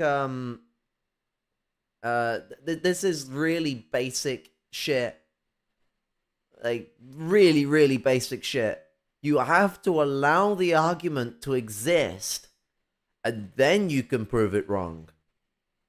But no, this is what the Yankee Tankie's all about. Like watch how unhinged he goes. What do you think this is about? Actually articulate theory in any constructive way. Once you cannot argue any point until you admit you're Every a man. time I try to set up an argument, you get really mad and you start going off about trans issues. You setting up an argument? You think I'm here so you can set up arguments, bitch? Yes, this was what the point of a debate was. You think this is? Be real with yourself. Be real with myself? I'm the motherfucking Yankee Tankie, bitch. No one gets to come and construct fucking arguments. I like how he says it like he's some fucking special fucking snowflake. Like, I'm the motherfucking Yankee Tankie, as if like everyone's heard of him, like from the East Coast to the West Coast. Everyone knows and tunes into Yankee Tankie. That's why he gets like a few hundred views on a video at best. Everyone knows and licks his bum all out. And that's why it looks like it's dirty and dry and like no one's touched it in fucking 10 years. The only time it ever gets wet is when he has a runny shit. Arguments when it comes to me. So you're not a communist? Everything before you even try to fucking start an argument. Why? Because that's what the Yankee Tankie is all about. It's revealing the garbage, revealing the trash, revealing the garbage and trash. I mean, so far all I've got from you is you hate Mao, you think China is dishonest, you don't think China's socialist, you don't think Cuba's socialist. It just sounds like you're not very much of a Marxist-Leninist at all. Like, I've met Marxist-Leninists from all across the world, and none of them act like you or have these very bizarre esoteric beliefs. I'm not on the left. I am a right-wing communist. You fucking moron. Oh, I've got to listen to that again. China's socialist, you don't think Cuba's socialist. It just sounds like you're not very much of a Marxist-Leninist at all. Like, I've met Marxist-Leninists from all across the world, and none of them act like you or have these very bizarre esoteric beliefs. I'm not on the left. I am a right-wing communist. You fucking moron. What the fuck is that? I've already been told about this part, but the way it's delivered is hilarious. Oh my god. Oh my god. Like, I've met Marxist-Leninists from all across the world, and none of them act like you or have these very bizarre esoteric beliefs. I'm not on the left. I am a right-wing communist. You fucking moron. I'm a MAGA communist. I never pretended to be on the left. Fuck the left. The left is going to lead us down the pathway. It's just like, mask off. Fuck it, mask off. Chasing shit. Marley chasing shit.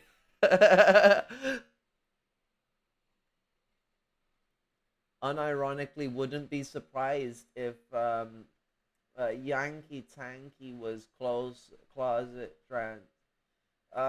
Don't make fucking weird assumptions like that. That's not wanted here.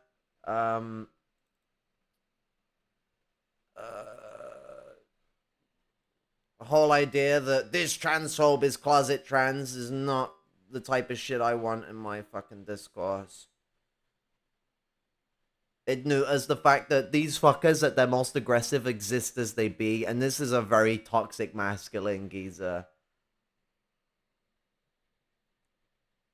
He's pushing Nazi shit. He has a political interest. Where is my stream?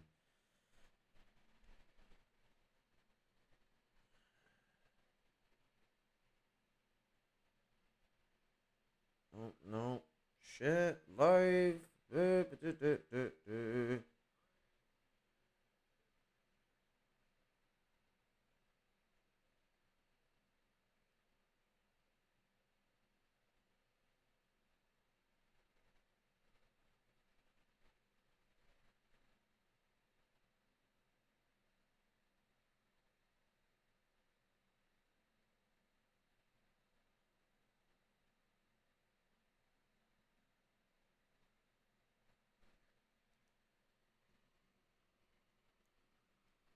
Won't have that shit here.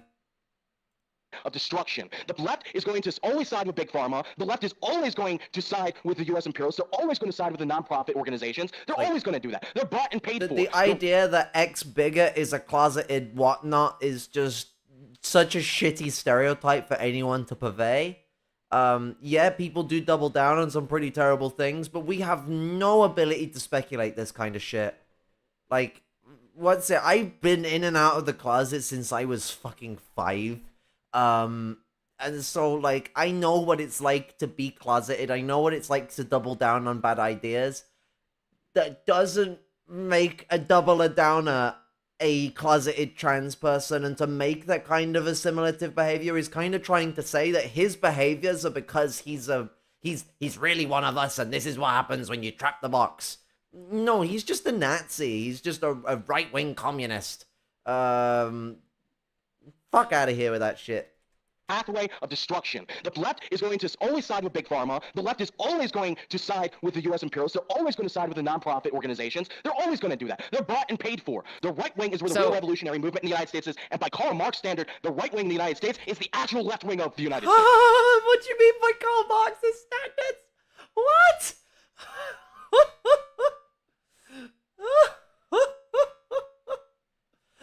What the fuck do you mean? I'm a MAGA communist. I never pretended to be on the left. I am a right-wing communist. Like you, or have these very bizarre esoteric beliefs. I'm not on the left. I am a right-wing communist. You fucking moron. I'm a MAGA communist. I never pretended to be on the left. Fuck the left. The left is going to lead us down the pathway of destruction. The left is going to always side with Big Pharma. The left is always going to side with the U.S. imperialists. They're always going to side with the nonprofit organizations. They're always going to do that. They're bought and paid for. The right wing is where the real revolutionary movement in the United States is. And by Karl Marx standard, the right wing in the United States is the actual left wing of the United States. Are you finished? Can I make my point now? If you were stopping TOS. Okay, dude. So you were wrong about base and superstructure. No, I'm not. Yes. Marxist analysts. Yes, you are, because the base isn't just the means of production, and the means of production refers to tools, machines, factories, land, raw material. But the base is also the relations of production. Just like Lenin. Huh? Just like Lenin. Just like Lenin what? Lenin. Shut the fuck up. Just like Lenin. Just like Lenin.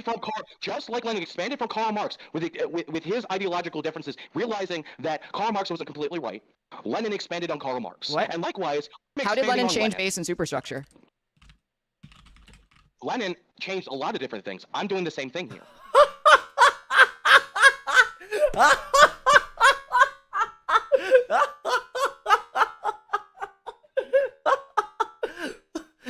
How did Lenin change the base and... Lenin changed a lot of things. What? Lenin expanded on Karl Marx. What? And likewise, how did Lenin change base and superstructure? Lenin changed a lot of different things. I'm doing the same thing here. Wait, so you're changing Marxist theory on the fly in order to win an argument about Marxist theory? What the material it's not on the fly. I've been examining these conditions for an extremely long time. We can recognize that what the current global I've been examining these material conditions for a very long time, but I have not done anything to rationalize my ideas of those material conditions within actual context to reality and to try them through the elements of practice. He's been around for so long, everyone, analyzing material conditions, but yet has done nothing of actual Marxian praxis with it. And no surprise when he literally calls himself a right-wing communist. Oh, I could cry. It's so adorable. Order Wait. and how things are set up now, it's not even capitalism anymore. It's socialism. So you for the realize how rich. silly that is? Because like when the Communist Party of It's not China silly. says that It's it's not silly. analyzing, It's not silly. when they It's say not that they're silly. analyzing It's not material silly. It's not conditions, silly. It's that not every silly, single Couples. national Couples, congress, the only thing they are silly is analyzing you the economic not data of recognizing every what gender you factory are. in the The only country thing silly, in order to Couples, come to is the fact that you conclusions don't about the recognize material what gender conditions. you Because are. material The only conditions thing aren't about silly your right now feelings; is the fact they're that you don't about recognize actual what raw gender you data. are. The only thing silly right now, Couples, is the fact that you don't recognize what gender you are. That's so true. You totally own me there. It's fucking hilarious. It's fucking hilarious. You're a fucking goofball. Regular old goofball. Silly little fucking silly fucking goofball. It's what you fucking are. That's Not so recognizing true. what gender you actually are. Okay. Are you like horny for me now? The facts are. Oh my god, she's fucking amazing. Silly fucking goofball. It's what you fucking are. That's not so recognizing true. what gender you actually are. Okay. Are you like horny The for facts me are- now? The facts She's are. cute. The facts are. It's usually when people call me a silly little goofball, they start making out with me afterwards. We actually examine the material conditions as they exist. We no longer exist under capitalism. We live under socialism for the rich. The mode of production, which is separate from the means of production, okay, has become socialized. That is what the information age is. That is what the fourth industrial revolution is. That's the conditions in which we exist. That the mode of production has changed. What is the means relations of production? Has not. I'm not fucking done, Keppels. Okay. I'm just asking you to We know explain to my that the audience, which is mode- full of like forced feminized CIA cucks, and I don't think they know what the relations of production are. So maybe you could explain it to them. The mode of production is No, separate from the relations- means relations of production. The relationship between the mode and the means of production, while they still are part of the section of the base, are two separate parts of the base. And so the base is still controlled by the American and Western superstructure, but the mode of production, the amount of the kind of technology has inherently socialized. What the information age is, the fourth industrial revolution. That the didn't ability to explain use what AI is the technology. relations of I'm not production. fucking done, Capital. Shut the fuck No, up. you're going on a tangent. I just Capital, want you shut to the fuck explain. up. Shut the fuck up. If you're gonna go on a tangent, I'm gonna go on I'm a not tangent. on a You stupid tangent. fucking TOS. Now let's fucking focus here with your ADHD brain and fucking focus on what I'm fucking talking about. So, Ableism. The base and the superstructure Ooh. might still be two Tickle separate my segments, biscuit. but the superstructure only has control of the base, but it doesn't mean that the technology that's being utilized isn't socialist just due to the ownership. In fact, it is inherently socialist because doesn't it's answer the operating on question. social means of production. The question The was, source- what is I the thought your relations of question- production? Explain without explaining base or superstructure. These are different concepts. No, I will continue to say what I'm saying because what you're trying to argue is irrelevant to the point. I I'm trying wasn't to argue. arguing anything. I was asking a question. I don't give a shit what you were trying to ask me. I'm telling you how it fucking is, you fucking TOS. Now, let's fucking focus here if you're fucking addled HDA porn brain. What? The facts are that the base of production has been so She is good at staying calm, and not gonna lie, she gives me mad gender envy. socialized. Even if the ownership has not changed, the base of the structure has been socialized through the fourth industrial revolution. And what that means is that we no longer have a for-profit system. Okay, but can The you system explain what the doesn't operate- relations of Shut- production Keppels, is? I'm not fucking done. We do I- not have. Keppels, we're not fucking done here. Focus, you're porn, What? addled, idiot. We're not fucking done here. I'm not done with you. We do not have. Keppels, we're not fucking done here. Focus, you're porn, What? addled, ADH fucking Look, I've been brain very for charitable one to you. goddamn minute. I know you don't know what So- you're talking about, but I wanted to I know give you a exactly what chance I'm to talking about. explain. You fucking TOS, fucking focus. I have taken You're fucking I have taken an entire ADHD college porn course at a addled Chinese brain university is on incapable socialism with of Chinese focusing for characteristics. fucking 2 For minutes. you to Your do porn that, to just addled say brain I don't know what is I'm talking incapable about, of just focusing really for reveals 2 that most of your minutes. politics is Porn art is from the addled r/slash brain politics is balls. Let's be incapable honest. of focusing For 2 minutes. Your porn addled brain is incapable. How do you know my of focusing. brain is porn addled? I know because you're fucking TOS. How do you There's know no my brain other is way porn around addled? it. Exactly. You're fucking porn addled. It's obvious you're porn addled. How? You're pretending to be a fucking woman. Now, let's fucking focus with your ADHD. How am I fucking pretending to be a brain. woman?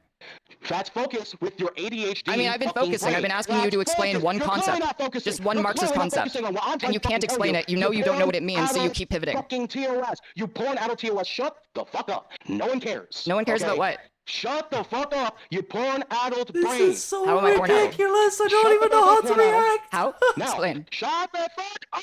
You fucking true. Can you explain Now, to me why you can't have a conversation about Chinese can you politics explain without to me why devolving into you're transgender incapable slurs? of shutting the fuck up when I'm talking to you. I'm Okay, so I muted him again because he can't have this conversation like a grown-up without calling me slurs, which, you know, I haven't actually Oh, insulted baby's him in gonna any suck way his like that. balls. This is really a behavioral issue on his part and probably why he's been banned from all these organizations. The What, this relationship guy- of production. Isn't this guy meant to be like 30 something or 40? Like, He acts like a fucking toddler. Actually, toddlers scream less than this. You're getting like a month's worth of toddler screaming in an hour session. Production refers to the relationship between different classes in society and the relationship to private property, capital, and commodities in that society. If the base of a society is not socialist, the superstructure cannot be socialist.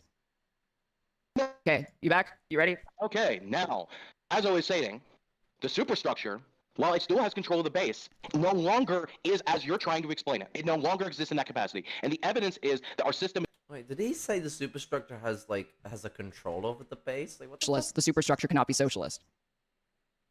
Okay, you back? You ready? Okay, now, as I was saying, the superstructure. the thing he Case was of doing a with his society. hands there? Okay, Socialist, the superstructure cannot be socialist.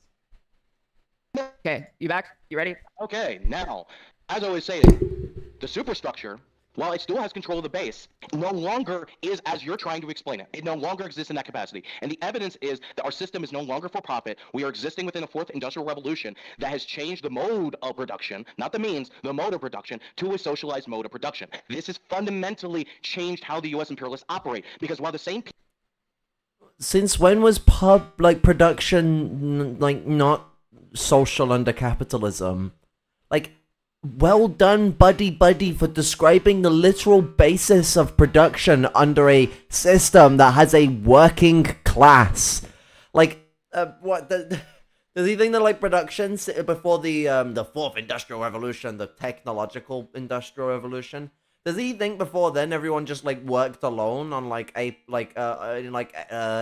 just like a little box?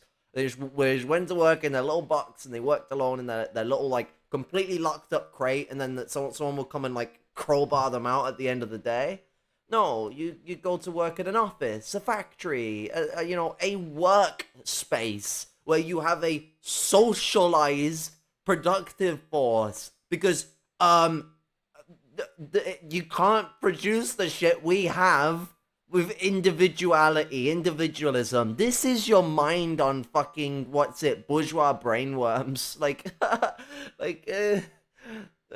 Oh my god. people are still under control of the system, they're not able to operate in the same way they did under an imperialist monopoly capitalist system, which is no longer existing. We now have socialism for the rich. Corporations and monopolies have effectively merged with the state. It's a form of either, whether you want to call it fascism or socialism for the rich, whatever the case you might want to categorize that is. The facts are that we no longer operate for profit. There is no longer an anarchy of production. And it's been proven. Look at what situation happened with Bud Light. The beer that all these right-wingers are trying to actually, boycott or whatever, the company that owns Bud Light, they're still making a shit ton of fucking money. Why? Because they own almost all of the fucking beer companies. They already own a monopoly, right? And that's how monopolies operate in the 21st century. Monopolies don't operate like they did in the 20th century, where it was just about crushing competition and maximizing profits. Now, monopolies operate not for profit, but to maintain the social structure, maintain the superstructure from the top. No amount of profits matter anymore. There is no anarchy. I kind of agree with you, but it is wrong-headed. They control the base, not the superstructure, but because they control the base, they're allowed to influence the superstructure. Whoever controls the economy controls society. Yeah. Right, which is why it is no longer capital. In bourgeois society, economics is the absolute power of the bourgeoisie. It's where they get all of their power from. Their capacity to hold so much economic power is what allows them to dominate. So who controls the economy, who controls the base, controls society. And so what's it? The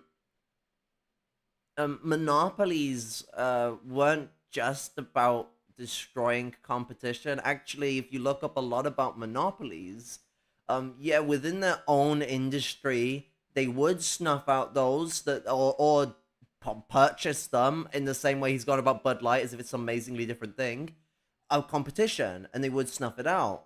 But also, they would have massive deals between other big cartels that had monopolies over certain markets or the same markets, and come together. Because, monopolization doesn't mean one company owns everything in any given space.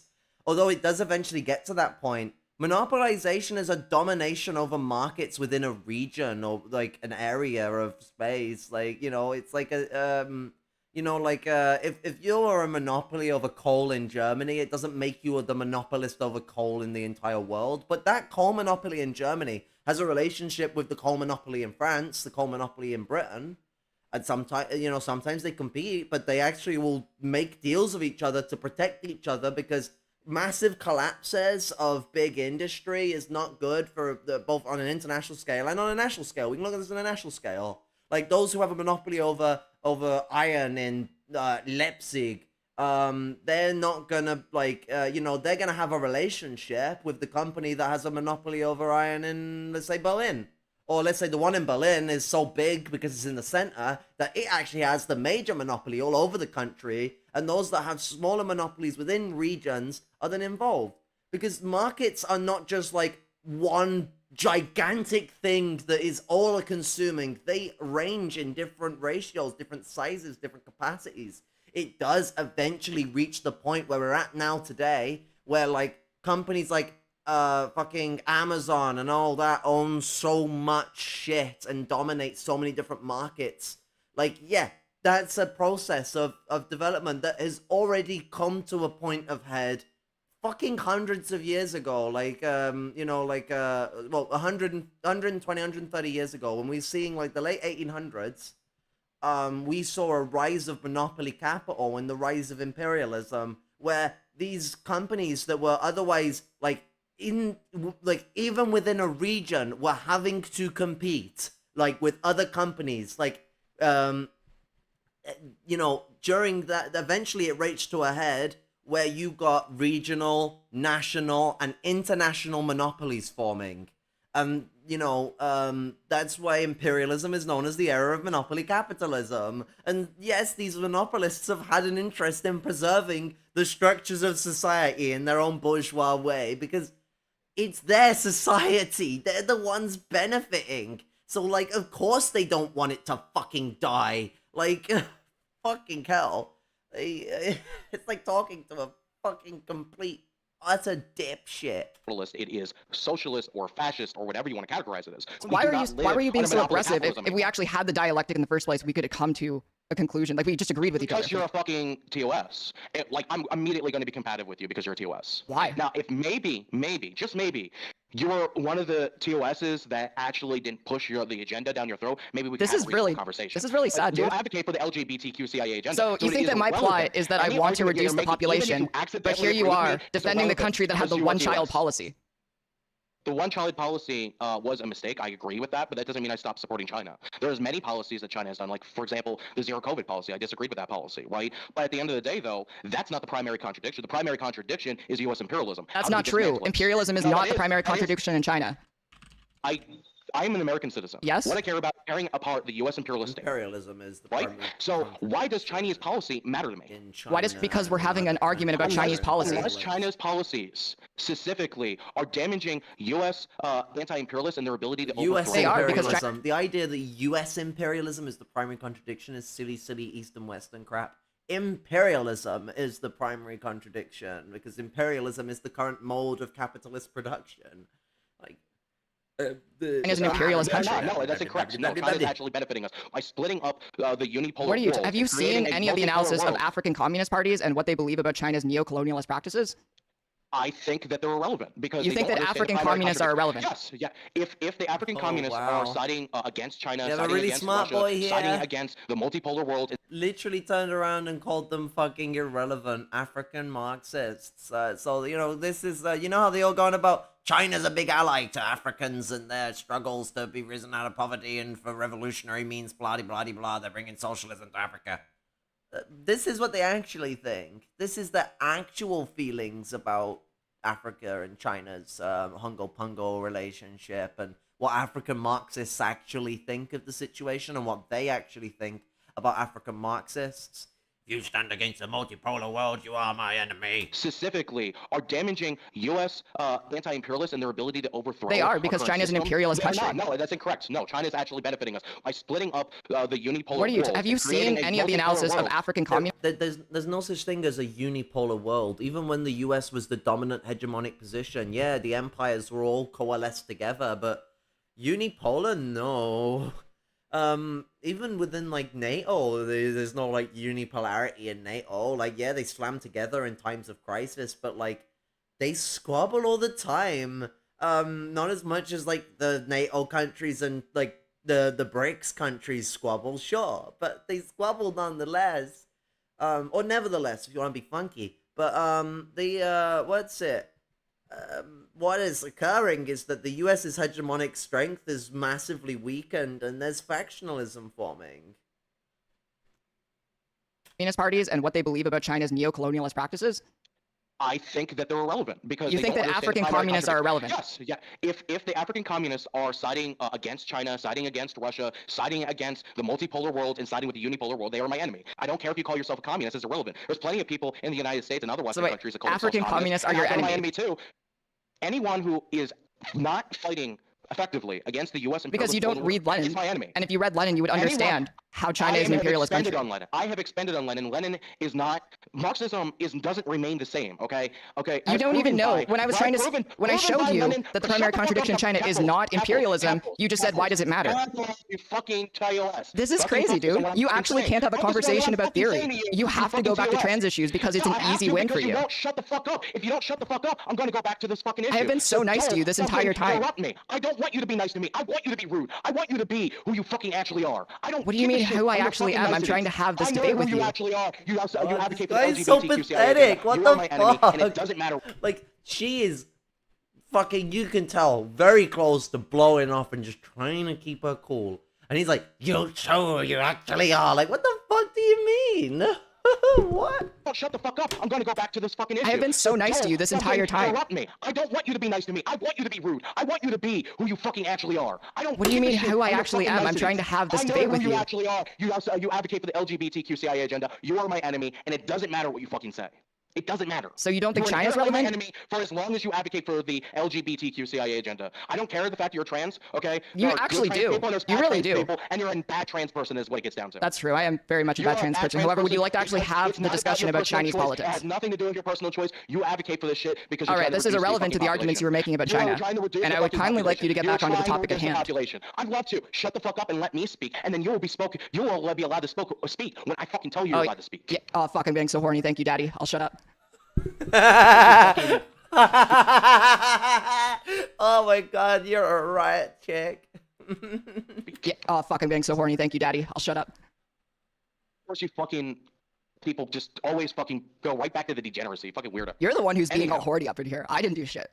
The fuck are you talking about, you fucking weirdo? I'm fucking talking, and then you're fucking trying to turn it into some sort of sexual kink because you're fucking porn-addled degenerate. But that's fucking besides the point. You just can't help yourself. That's true. So, like, why did you get so aggressive when I was talking about what the primary contradiction is? You're trying to fucking sexually assault me. Instead of you're trying to fucking sexually assault me with your fucking, fucking TOS shit right now, okay? What? Let's actually fucking talk about what I'm actually trying to talk about here, okay? The fucking system that exists right now is no longer capitalism. And because it's no longer capitalism, it has a stranglehold in a completely different way over Western society than it has had before. Our goal as anti-imperialists within the United States and any Western country should be trying to dismantle the neoliberal imperialist hegemonic system. And this is why, if you are a communist in how could you say the system's not capitalism but then call it neoliberal? How does that work? Africa. Like, liberalism is the, like, OG. It's like, that's... I mean, capitalism existed before liberalism. Like, it's not necessarily the OG, but like when capitalism came to power, like as an ingrained part of society, like the move away from semi-feudalism within Europe and like other places was from the rise of liberalism. And so like neoliberalism, it's kind of in the name, it's kind of implicative. If you had thought that the character of capitalism had changed so much that it was no longer capitalism, you wouldn't call it neoliberalism, would you? Well, you're a communist in any other fucking country, or here in the West, and you are still upholding the actual systems. I don't like ever attacking someone on the basis of their intelligence, but this guy is a fucking yobbo cunt, and it's driving me to a point where my barrier on that is running really thin. That, and I'm bound up with PMS rage right now. If I was dealing with this situation, I would have blown a head gasket very, very, by now for sure. Like, I Ah, my God, it's so frustrating. The actual structure that allows imperialism to maintain its dominance on the American people and the rest of the fucking world, for that matter. You're an enemy to the actual cause. You're fighting against the actual anti-imperialist movements globally, both in the West and across the world. So you have to align yourself with China. You have to align yourself with Russia. You have to align yourself with BRICS. You have to align yourself with the actual counter-hegemonic forces. And if you don't, you are inherently aligning yourself with the hegemony, with the neoliberal establishment, with the WEF, with the LGBTQ CIA agenda, with the eco-fascist agenda, with the Malthusian agenda to maintain the global dominance of our imperialist system, both at home and abroad. Okay. So I guess what I would ask is how you're defining imperialism in these arguments. I'm defining imperialism specifically as the hegemony, the specific hegemony that maintains the unipolar world. That's what I'm referring to. Okay. I do not care about Lenin's previous definitions, if that's your argument, on how imperialism operated in the 20th century, because that was the 20th century. We're in the 21st century. Things have changed, just as they changed from Karl Marx in the 19th century to the 20th century with Lenin. And therefore, okay, Mao literally said you never step in the same I'm trying to help you out here. I'm trying to help you out because I want to know. So if we're disregarding Lenin, can you tell me a modern Marxist theorist or theorist from whatever school of thought that you're doing? You're the theorist that decides that imperialism has nothing to do with capitalism. I'm not the only person, okay? I mean, everyone from like Hazem Infrared, Jehu, Caleb Maupin, Peter Coffin, I mean, we're looking at all the these sex different, cult guy? The sex cult guy. There was no cult, and there was no it was just a relationship between Caleb Maupin and someone else that went sour. Okay, I've publicly talked about how I've regretted signing that document. The guy literally was involved in like grooming of many people, including multiple sexual manipulations and what you could essentially call assaults, as well as economic exploitation, forcing member into poverty, into prostitution and poverty. And there was, the cutting off of connections of members of the party that he wanted to groom for sexual purposes. And there was the account of him getting people to bring up stories of their childhood abuse, and he admitted this to someone, so he could run off to the loo and go masturbate over it. Like, Caleb is a fucking predator and a fucking, showing himself to be a fucking pedophile as well. Like, the guy gets off to child abuse. He gets off to fucking, he gets off to paying people that he's supposed to be supporting as a part of an org to, spank him, and goes out of his way to force them into poverty to do this. Uses, not even just in the sexual context, in general, uses, really, really, run-of-the-mill groomer tactics, as well as some fucking, other fucking, other mannerisms of behavior that are involved in manipulating and messing with people to get him on the end of his old creepy little salad fingers. Because clearly it was operated by feds. That's what Flame of Liberation, aka Nick Maniazzi, is. And I hope he sees this so he can, fucking respond if the coward ever's going to respond to me. The facts are he's a fucking fed that fucking teared apart the coalition that we had that was going on here. Right. And my dumbass, over personal reasons, fucking signed onto a document I never should have signed. But the facts are there was no sex cult. There was no cult, period. It was just a consensual relationship that turned sour between Caleb Maupin and a former member of the organization. And that's the reality of the situation. All the fucking sex cult bullshit, that didn't happen. It's not real. Okay, the CPI is one of the few organizations out there right now, regardless of my past with that organization, that actually is trying to do something right now. The only other people that are trying to do something, I guess, like the Schiller's Institute, even though they're not communist or whatever. Midwestern Marxists. The Schiller Institute. The Schiller Institute are fucking fascists that have ties with the fucking Koch brother now, because the other one's dead. But the Kochs, or Cox, if you want to say it funny. But there's a small collection of people that, have already been examining this condition that we're seeing right now in the 21st century, that the nature of the current hegemony has changed entirely. Could you link me an article on Maupin saying this? Because looking back, I've been reading stuff from him in Workers' World Party for a while, and he's always. Okay, so let me just tell you, you can look at his YouTube lives, for example, but you can also check out most of his more recent books. He's talked about this topic. This isn't, I'm not gonna separate myself. I'm on a phone, so what information that comes from my mouth is the only thing you're gonna be able to get on stream, because I can't access other stuff while I'm on the phone. I just looked up his book, Bread Tube Serves Imperialism, and he does in fact describe imperialism as capitalist. Yes, Caleb describes it on BreadTube serves imperialism. He hasn't described it in that context. He's explained that even if he puts it in different terms, that the mode of production has altered the economic system that we are seeing right now in the United States. We no longer exist. He said in his own words, capitalist imperialism is not defined by war and military action, but is an economic system allowing capitalists to expand their profits through setting up capital to steal resources from poorer nations. Okay, so again, that's BreadTube. His position has changed since then. He has further explained why he still thinks that it's capitalism. He thinks capitalism. So he just changed his argument. He went like, "Oh, in BreadTube versus Spain, and someone's bird is wrong or something like that." And then when she proved it wrong, he's like, "Well, I was BreadTube." He said, "There's a change system." Longer operating the same way as it does. So you're not a Marxist? Exact same rhetoric, but. Okay, you keep making up this point. You're not a Marxist. But no, I'm asking because you said that you. I am a Marxist. I am a third position communist. I'm sorry, rather a fourth position communist. That's ironic. Double Maskov moment. Third position, fourth position is communist, as if those two things are different. So you're not a Marxist. Exact same rhetoric, but. Okay, you keep making up this point. You're not a Marxist. But no, I'm asking because you said that you. I am a Marxist. I am a third position communist. I'm sorry, rather a fourth position communist. That's ironic. Because right now you've dismissed Mao, you've dismissed Marx, you've dismissed Lenin, you've dismissed Xi Jinping even. I don't think there's a single communist who has a high reputation in the communist movement that you've actually shown respect to. The facts are that the conditions that exist, none of these people are gods. None of these people are the Bible, okay? There are people all across the political spectrum right now that are recognizing who the primary enemy is, right? And a fraction of them are communists. And those people that recognize who the primary enemy is, even if they explain things in slightly different ways, because some of them are communists, some of them are communists, we are recognizing that the current structure has fundamentally changed. And because it has fundamentally changed, we should operate on that basis instead of trying to recreate the Marxism of the 20th century. It's not going to work. This isn't recreating the Marxism. This is literally using established theory in order to explain the world around us. Position communist. I understand your position on you're talking about all these other like realms of communism and what these people believe in.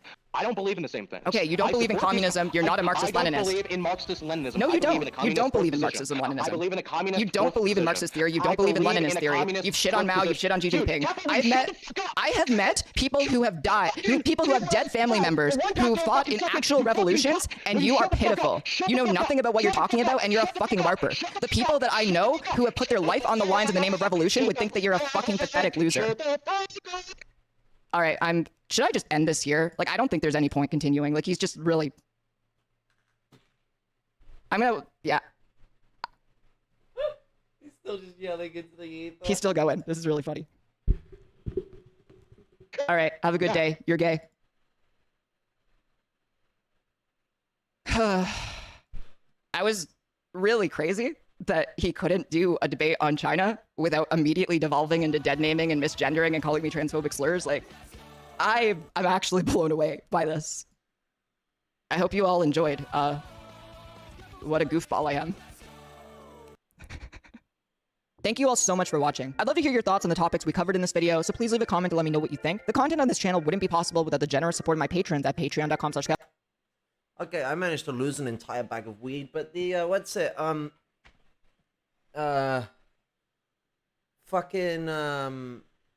yeah. So that was absolutely crazy. I barely had to talk any of it because it's just...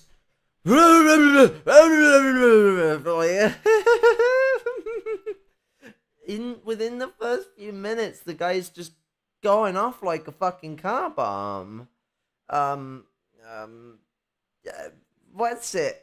The absolute bullshit lunacy of this geezer is immense, and it is representative of a lot of these different peoples in this groups. This narcissism is very, like, commonplace for people like Yankee, Caleb, Haas, Jordan P.P. Peterson, Jack-Off Tinkle, you know, your average Nazi fascist, social fascist type, this narcissistic, we're so much better than you kind of mentality. Just Yankee does it in the most, like, fucking lunatic, like, ways. Like, I shouldn't use that way of denoting it. I mean, like, absolute, like, aggressive, like, toxic masculine, I'm gonna Mike makes right my way through this by yelling at you and making you feel like a pussy hole kind of shit, even though he just makes himself look to be a pussy hole. Like, man on interwebs needs to fucking scream and shout and, like, make himself feel like a real intimidating big boy. For his arguments to supposedly carry any weight, and for him to believe his arguments carry weight, that is just absolutely mad. Like, what the actual fuck? This is the mad nature of these types of fucking revisionists. You know, these I'm a right wing communist types. You know, like um, they're obvious fascists. Like, if anyone is somehow fooled by Yankee Tankie, I really question their capacity to be a good Marxist. Like if I'm on about like actual Marxists, like if an actual Marxist is fooled by Yankee Tankie, I question their capacity to be a good Marxist. No one in their right mind could believe that that fecker is some like a misguided individual or someone whom could be convinced of otherwise. No, he's a bigoted white supremacist, cis supremacist, hetero supremacist. Like, I could run these off all day. Motherfucker, whom is, his center point on what he thinks for revolution is to be doing what China's doing, to do fascism, and imperialism. And, so his whole ballpark is centered around these points. But also, as well, I mean, you see it with his, like, we should, like, fund people to be traditional and, like, not fund people to be the gays or something. And when he claimed that, like, I don't really care if people change their gender or be gay. But then for someone who says he doesn't care, which is an interesting way of putting it, when she clarified with him, asked him if he was fine with same-sex marriage, he couldn't say it. He had to turn around and go, I don't really care, bubbly, which is a right-wing way of avoiding the question. Anyone in their right mind would go, yes, I do, because, like, you know, if they actually support it, they support it. But the I don't really care is leaving it up in the air so that he can look like he's, like, a much fairer person going the other way. But then within minutes of them saying that, he's going on about, oh, like, you don't even know what gender you are. You're one of those evil transes. You're a troon. You're this. You're blah, blah, blah, blah. Like, just throwing out transphobic slurs and statements wherever he can, and always trying to make that about the argument. What's it? It's because we're just some, like, evil being that has come to, destroy the white race and the family.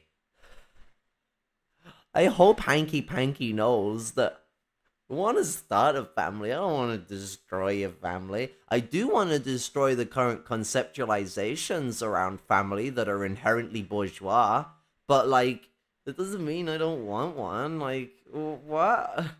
Like, intrinsically, like, has he read anything from Marx or Engels on the family? Maybe he should, because, like, but, like, also, like, he's not even trying to reference towards oppositions that are of that as Marxists in general, including, as evil trans Marxists. He's just trying to suggest that us being trans is destroying the family because it destroys the ability to bear children. Let alone, not everyone's going to lose the ability to bear or have children. There's certainly many different ways those things still continue to exist for people, especially people who only socially transition. But even if it does, I mean, like, fucking, I ain't banking no sperm, and I ain't fucking holding off from fucking, shutting down the old testaroonies, and I'm gonna get those fucking two dangly fuckers cut. But, like, remove the balls. But the, that's not me destroying the family. It's not even destroying my ability to have a family. It's just me being like, well, I want to not be tied to production of testosterone or sperm because I'm a fucking woman and I don't want that shit to be a part of me.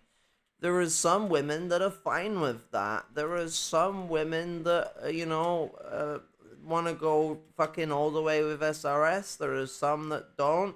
There's a whole diversity to these range of things. Some of them don't want to have families. That's for cis women and trans women in general. Some of us want to have families. Like, it's just such illogical bullshit. Like, it's this Nazi crap that we're coming to destroy the family. every pack of HRT comes with a trans to-do list pamphlet, and what's it? In where is it?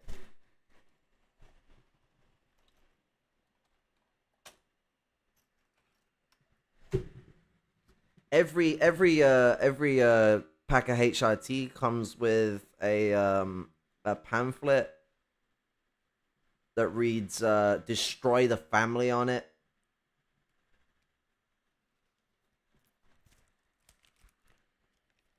See, look, this is straight from the factory. It always says this, "Destroy the family, uwu," and this is just every pack of HRT has this. It's in blue for the guys. You get a nice girly pink if you're getting the estrogen. And so so Yankee Tankie has been proven right. It says destroy the family right here. So I mean, next page it says destroy the white race. And if you don't do it, it doesn't work. You'll get a misfire. Like, wait, what the fuck does that even mean? I don't know. Making up shit as we go along here. But the yeah, what's it? It's just such bullshit. Like, you're coming to destroy the family.